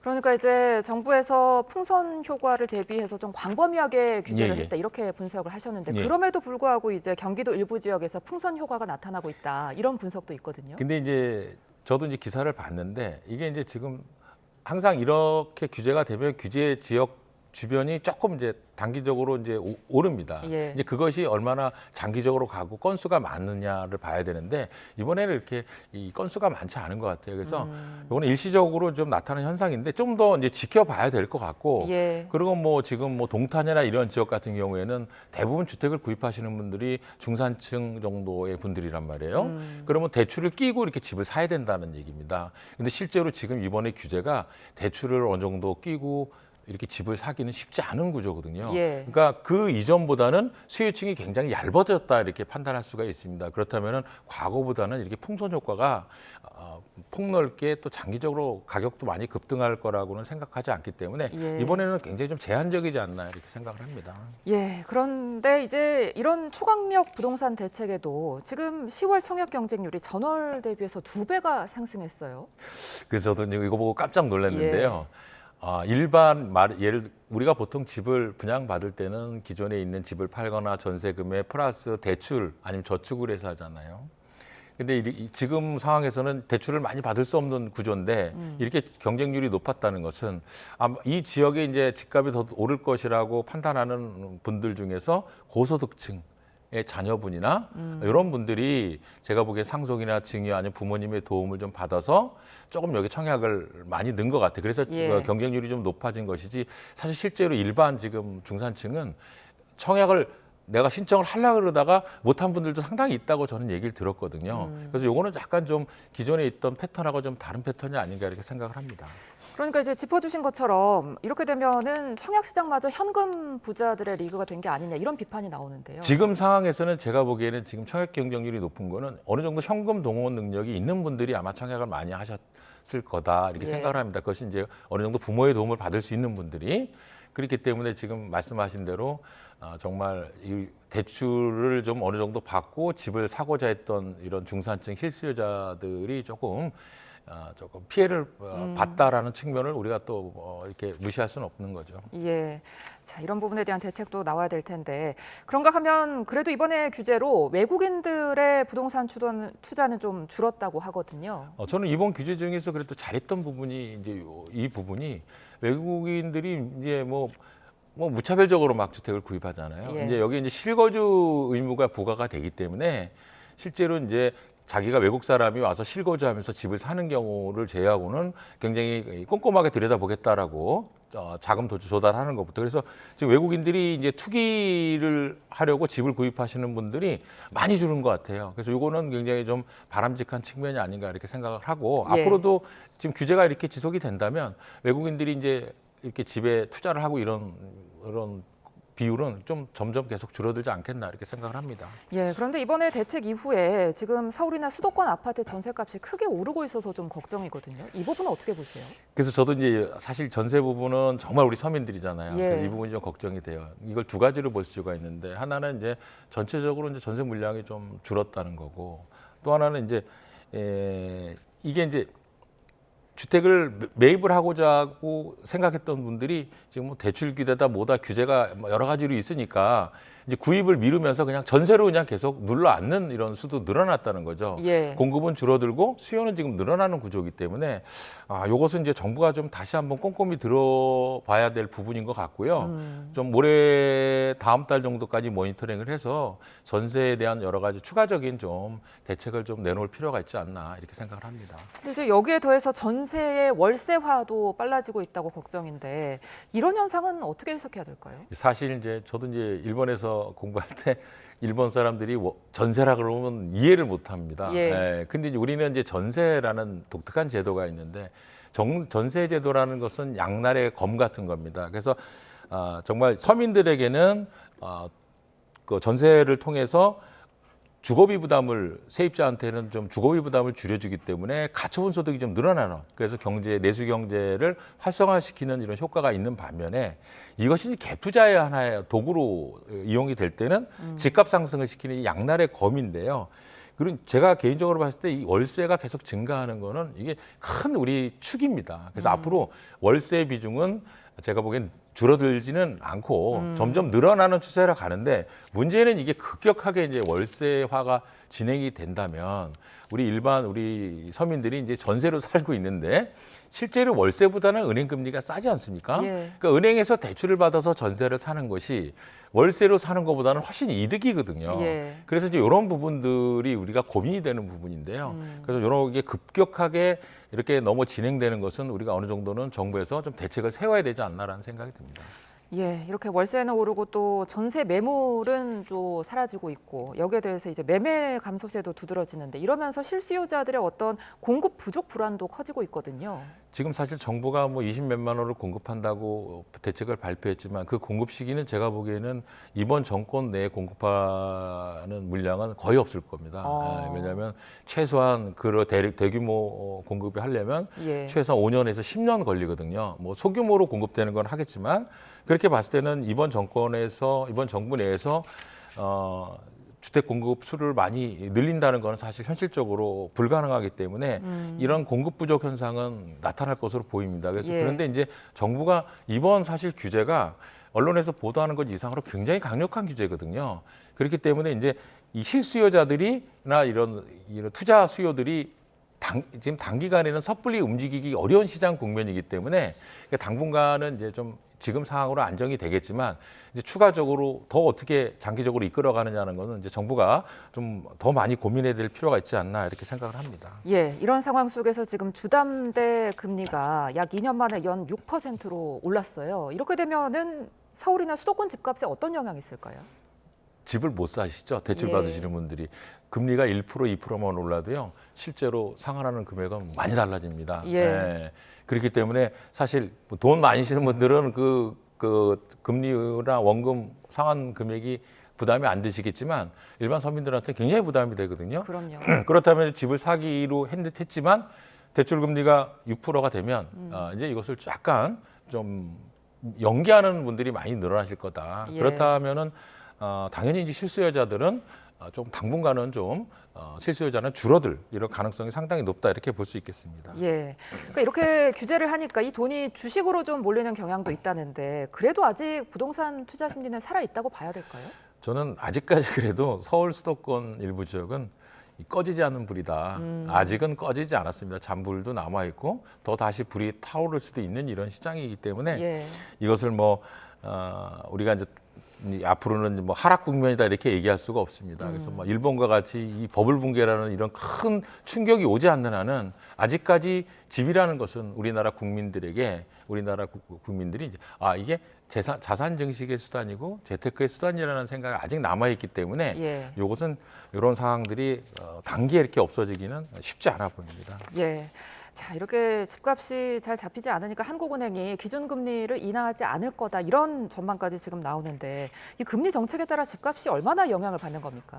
저는 개인적으로 우리 서민들이 집을 살 때 금리는 굉장히 중요한 척도라고 생각을 합니다. 금리가 2%일 때랑 우리가 금리가 아주 낮았을 때는 2%대였거든요. 지금 6%면 거의 3배인 거예요. 그렇다면은 굉장히 부담이 되기 때문에 예. 이럴 때는 집 구입을 당분간 미룰 수밖에 없을 거고 예. 이러한 추세는 나타나기 때문에 서민용 수요가 집중되는 주택의 지역이라든가 규모 이 주택들은 당분간은 주택 가격이 크게 상승하는 이런 국면에 진입하기는 좀 쉽지 않을 거다 이렇게 생각을 합니다. 알겠습니다. 자, 부동산 시장 상황 지금 김준환 서울 디지털대 부동산학과 교수와 함께 짚어봤습니다. 오늘 말씀 고맙습니다. 감사합니다.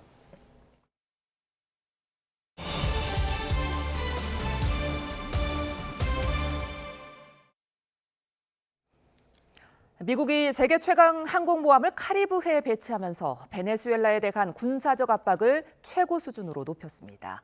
최고 수위 압박에 직면한 마두로 베네수엘라 대통령은 지지자들 앞에서 존 레넌의 노래 이매진을 부르며 평화를 촉구했습니다. 워싱턴 신윤정 특파원입니다. 미 해군은 보도자료를 내고 미 남부사령부 관할 구역에서의 해상 작전을 위해 세계 최대인 포드 항모가 이끄는 항모 전단이 카리브해에 진입했다고 밝혔습니다. 그러면서 도널드 트럼프 미국 대통령의 국토 방어를 위한 초국가 범죄 조직 해체와 마약 테러 대응 명령을 지원하게 된다고 설명했습니다. AP통신은 포드 항모 도착으로 미 군사력 집결이 완성됐다며 미 해군 함정 10여 척과 병력 12,000여 명이 합동작전에 합류한다고 전했습니다. 트럼프 행정부는 지난 9월부터 베네수엘라에서 미국으로 유입되는 마약을 차단하겠다며 카리브해 등에서 마약 운반선을 잇따라 공격해왔습니다. 이런 상황에서 1989년 미국의 파나마 침공 뒤 최대 규모 병력을 배치한 건 베네수엘라 마두로 정권에 대한 압박을 최대치로 끌어올린 것으로 풀이됩니다. To amass such naval presence near Venezuela, you are dramatically raising the risk. 트럼프 대통령은 니콜라스 마두로 대통령을 국제 범죄 조직을 돕는 독재 정권이라고 맹비난해왔고 군사작전 감행을 시사해왔습니다. Venezuela sent us thousands and thousands, hundreds of thousands of people from prisons, from mental institutions, drug addicts. 베네수엘라 정부는 이번 훈련을 공격 행위로 규정했지만 항공모함 도착에 대해서는 즉각적인 논평을 내놓지 않았습니다. 마두로 대통령은 더 전쟁은 없어야 한다면서도 정권 전복을 목적으로 한 미국의 공격에는 맞서 싸우겠다며 대규모 군 동원령을 내렸습니다. Peace, peace, peace. Hacer todo por la paz. Como decía John Lennon, ¿no? Imagine us people. 미국의 포드 항모 전단 배치가 실제 군사 행동으로 이어질지 긴장감이 고조되면서 국제사회 우려가 커지고 있습니다. 워싱턴에서 YTN 신윤정입니다. 자, 모나리자가 걸려있는 이곳 다름 아닌 프랑스 루브르 박물관입니다. 한 손에 이렇게 종이 봉투를 든 남성이 주변 눈치를 보며 내부를 서성이고 있는데요. 이윽고 벽으로 다가가더니 갑자기 액자를 꺼내서 이렇게 붙입니다. 자랑스럽다는 듯이 그림을 가리키며 웃어 보이기도 합니다. 벨기에 출신 틱토커 2명이 올린 영상인데요. 이들은 보석 도난 사건 이후 루브르 박물관의 보안 조치가 실제로 강화됐는지 확인하기 위해서 이런 행동을 벌였다고 합니다. 지난달 보석 절도 사건으로 홍역을 치렀던 루브르 박물관으로선 또 한 번 부실 보안 논란을 피하기 어렵게 됐네요.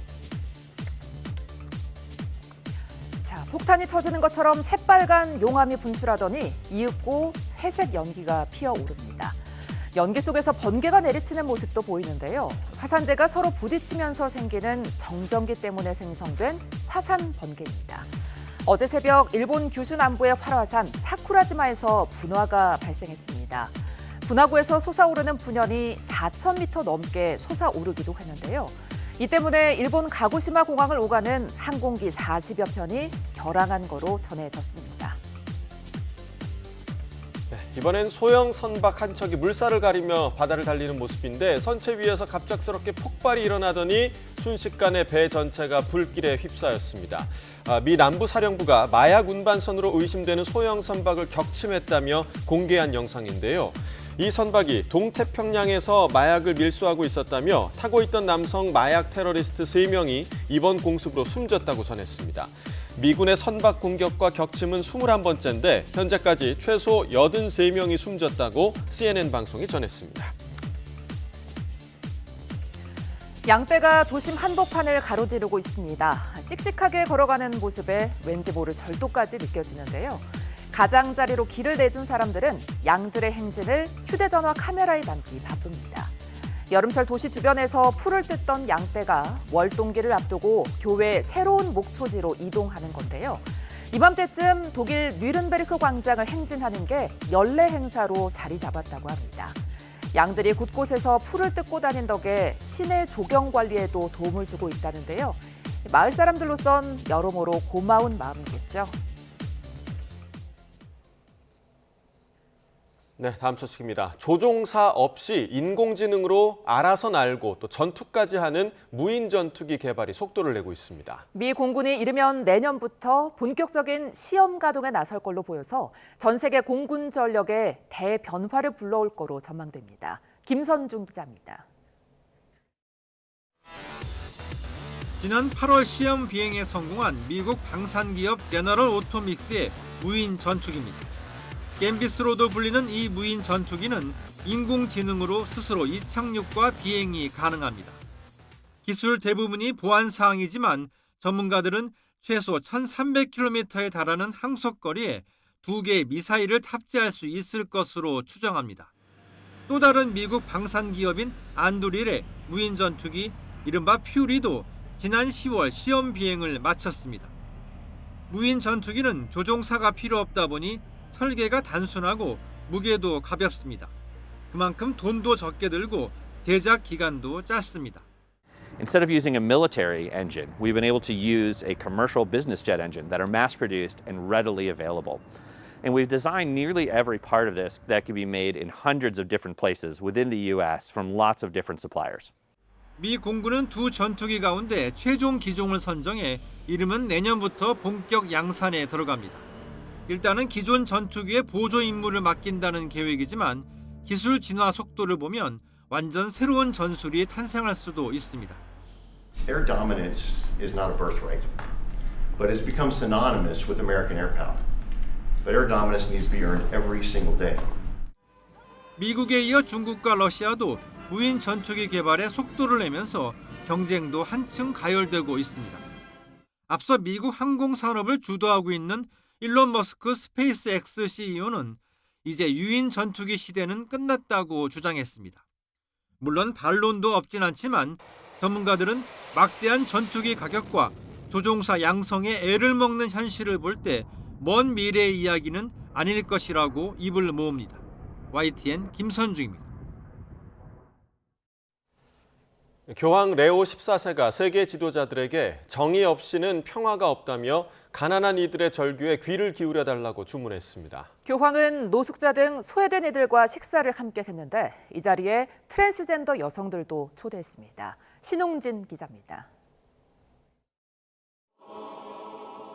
천주교에서는 가난한 자의 빚을 탕감해주고 노예에게 자유를 돌려주도록 50년에 한 번씩 희년을 선포하는데 올해가 바로 그 해입니다. 레오 14세 교황은 일요일 가난한 이들을 위한 희년 미사에서 의미심장한 메시지를 전했습니다.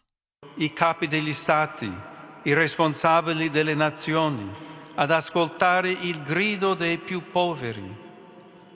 Non ci potrà essere pace senza giustizia e i poveri ce lo ricordano in tanti modi, con il loro migrare come pure con il loro grido tante volte soffocato. 교황은 물질적 가난의 차원을 넘어 고독으로 이어지는 수많은 도덕적, 영적 빈곤 상태에 대해서도 우려를 표했습니다. 그런 빈곤에서 벗어나기 위해선 관심의 문화가 필요하다며 타인에게 주의를 기울이고 소외된 이들에게 다가가라고 주문했습니다. 미사를 마친 교황은 노숙자와 장애인, 난민 등 어려운 삶을 겪고 있는 1,300명을 바오로 6세홀로 초대해 점심을 나눴습니다. Adesso allora chiediamo che il Signore benedica i doni che riceveremo, che benedica la vita di ognuno di noi qui presenti, i nostri cari. 오찬에는 50명가량의 트랜스젠더 여성들도 함께 의미를 더했습니다. 교황이 말하는 관심이란 어떤 것인지를 행동으로 직접 보여준 자리였습니다. YTN 신홍진입니다. 소속사와의 분쟁에서 패소한 뉴진스 멤버 전원이 복귀 의사를 알렸지만 공식 복귀 발표는 나오지 않고 있습니다. 이런 가운데 민희진 전 대표는 멤버들은 보호받아야 하고 이용돼선 안 된다고 말했습니다. 김승환 기자입니다. 뉴진스 멤버 전원이 1심 선고에 항소하지 않으면서 소속사 어도어와 전속 계약이 유효하다는 판결이 확정됐습니다. 하지만 어도어는 뉴진스 완전체 활동 재개를 공식화하지 않았습니다. 회사와 조율을 거쳐 복귀를 공식 선언한 해린 헤인과 달리 다른 멤버들은 복귀 의사를 전달했을 뿐 세부 협의가 이뤄지지 않았기 때문입니다. 새 멤버가 복귀 조건을 걸었다는 보도와 관련해 어도어는 확인하기 어렵다는 입장입니다. 뉴진스 완전체 복귀를 두고 설왕설래가 이어지는 가운데 뉴진스 엄마를 자처했던 민희진 전 대표는 다시 의견을 냈습니다. 민 전 대표는 뉴진스가 5일 때 비로소 꽉 차는데 돌아온 이상 귀하게 여겨져야 한다고 말했습니다. 본질은 자신을 겨냥한 거라며 멤버들은 보호받아야 하고 이용되어선 안 된다고 재차 애정을 드러냈습니다. 본인과 하이브 간 재판에 뉴진스 멤버들을 연결짓는데 선을 그은 셈입니다. 지난주 뉴진스는 글로벌 팬들 투표로 선정되는 시상식에서 상을 받으며 여전한 영향력을 보여줬습니다. 다만 뉴진스 사태에서 의도치 않게 언급돼 피해를 입은 타 가수 일부 팬들이 트럭 시위를 벌이는 등 복귀 여건이 우호적인 것만은 아닙니다. YTN 김승원입니다. 2025-2026 시즌 여자 프로농구가 부산에서 열린 개막전을 시작으로 5달 대장정에 돌입했습니다. 사상 처음 여자 사령탑 대결로 치러진 개막전에서는 박정은 감독이 이끄는 지난 시즌 우승팀 BNK가 이겼습니다. 허재원 기자입니다. 여자 프로농구 대회 개막을 선언합니다. 힘찬 개막 선언과 함께 여자 프로농구가 5달의 정규리그 대장정에 돌입했습니다. 개막전은 여자 프로농구 출범 이후 처음으로 여성 사령탑 맞대결이 성사돼 관심을 집중시켰습니다. 지난 시즌 BNK의 창단 첫 우승을 지휘하며 여성 사령탑 최초로 우승을 달성한 박정은 감독과 선수 시절 신한은행의 전성기를 이끌었던 최윤화 감독의 대결에서 선배 박정은 감독이 웃었습니다. 디펜딩 챔피언으로 올 시즌을 시작하는 박정은 감독은 개막전을 완승으로 장식하며 산뜻하게 출발했습니다. 여자 감독이 좀 더 있었으면 좋겠다라는 생각을 했고, 그러기 위해서는 제가 한 발 더 열심히 해야 되겠다는 생각을 했었는데, 이게 꿈이 현실이 되면서 이제 최윤아 감독이랑 이제 이렇게 많은 분들 앞에서 경기를 할 수 있다는 것 자체가 너무 벅찼었고요. 전반을 5점 차로 앞선 BNK는 후반 들어 강력한 압박 수비와 함께 김정은과 김소니아의 내외곽 공격을 앞세워 점수차를 벌려나갔습니다. 데뷔 3년째인 신예의 김정은은 자신의 개인 최다인 14득점과 함께 5개의 리바운드까지 잡아내며 올 시즌 활약을 예고했습니다. 감독님이나 코치님께서 그냥 자신 있게 하라고, 자신 있게 쏘라고 그렇게 경기 전에 말씀해 주셨는데, 그렇게 했는데 오늘 운이 좋게 잘 들어갔던 것 같아요. 여자 프로농구는 6개 팀이 6라운드 30경기씩 치르는 정규리그를 거쳐 플레이오프와 챔피언 결정전을 통해 최종 우승팀을 가립니다. YTN 허재원입니다. 우리 야구대표팀이 9회 말 투아웃에 터진 김주원의 극적인 동점 솔로 홈런을 앞세워 일본과의 평가전 7대7 무승부로 마쳤습니다. 우리 대표팀은 7대5로 끌려가던 8회 말 안현민의 솔로 홈런으로 한 점 차로 추격한 뒤 패색이 짙던 9회 투아웃 김주원이 오른쪽 담장을 넘어가는 대형 솔로 홈런을 터뜨려 7대7로 균형을 이뤘습니다. 이로써 우리 대표팀은 일본을 상대로 10연패 끝에 값진 무승부를 따냈지만 투수진이 무려 12개의 볼넷을 내주며 일본과의 실력 차를 확인했습니다.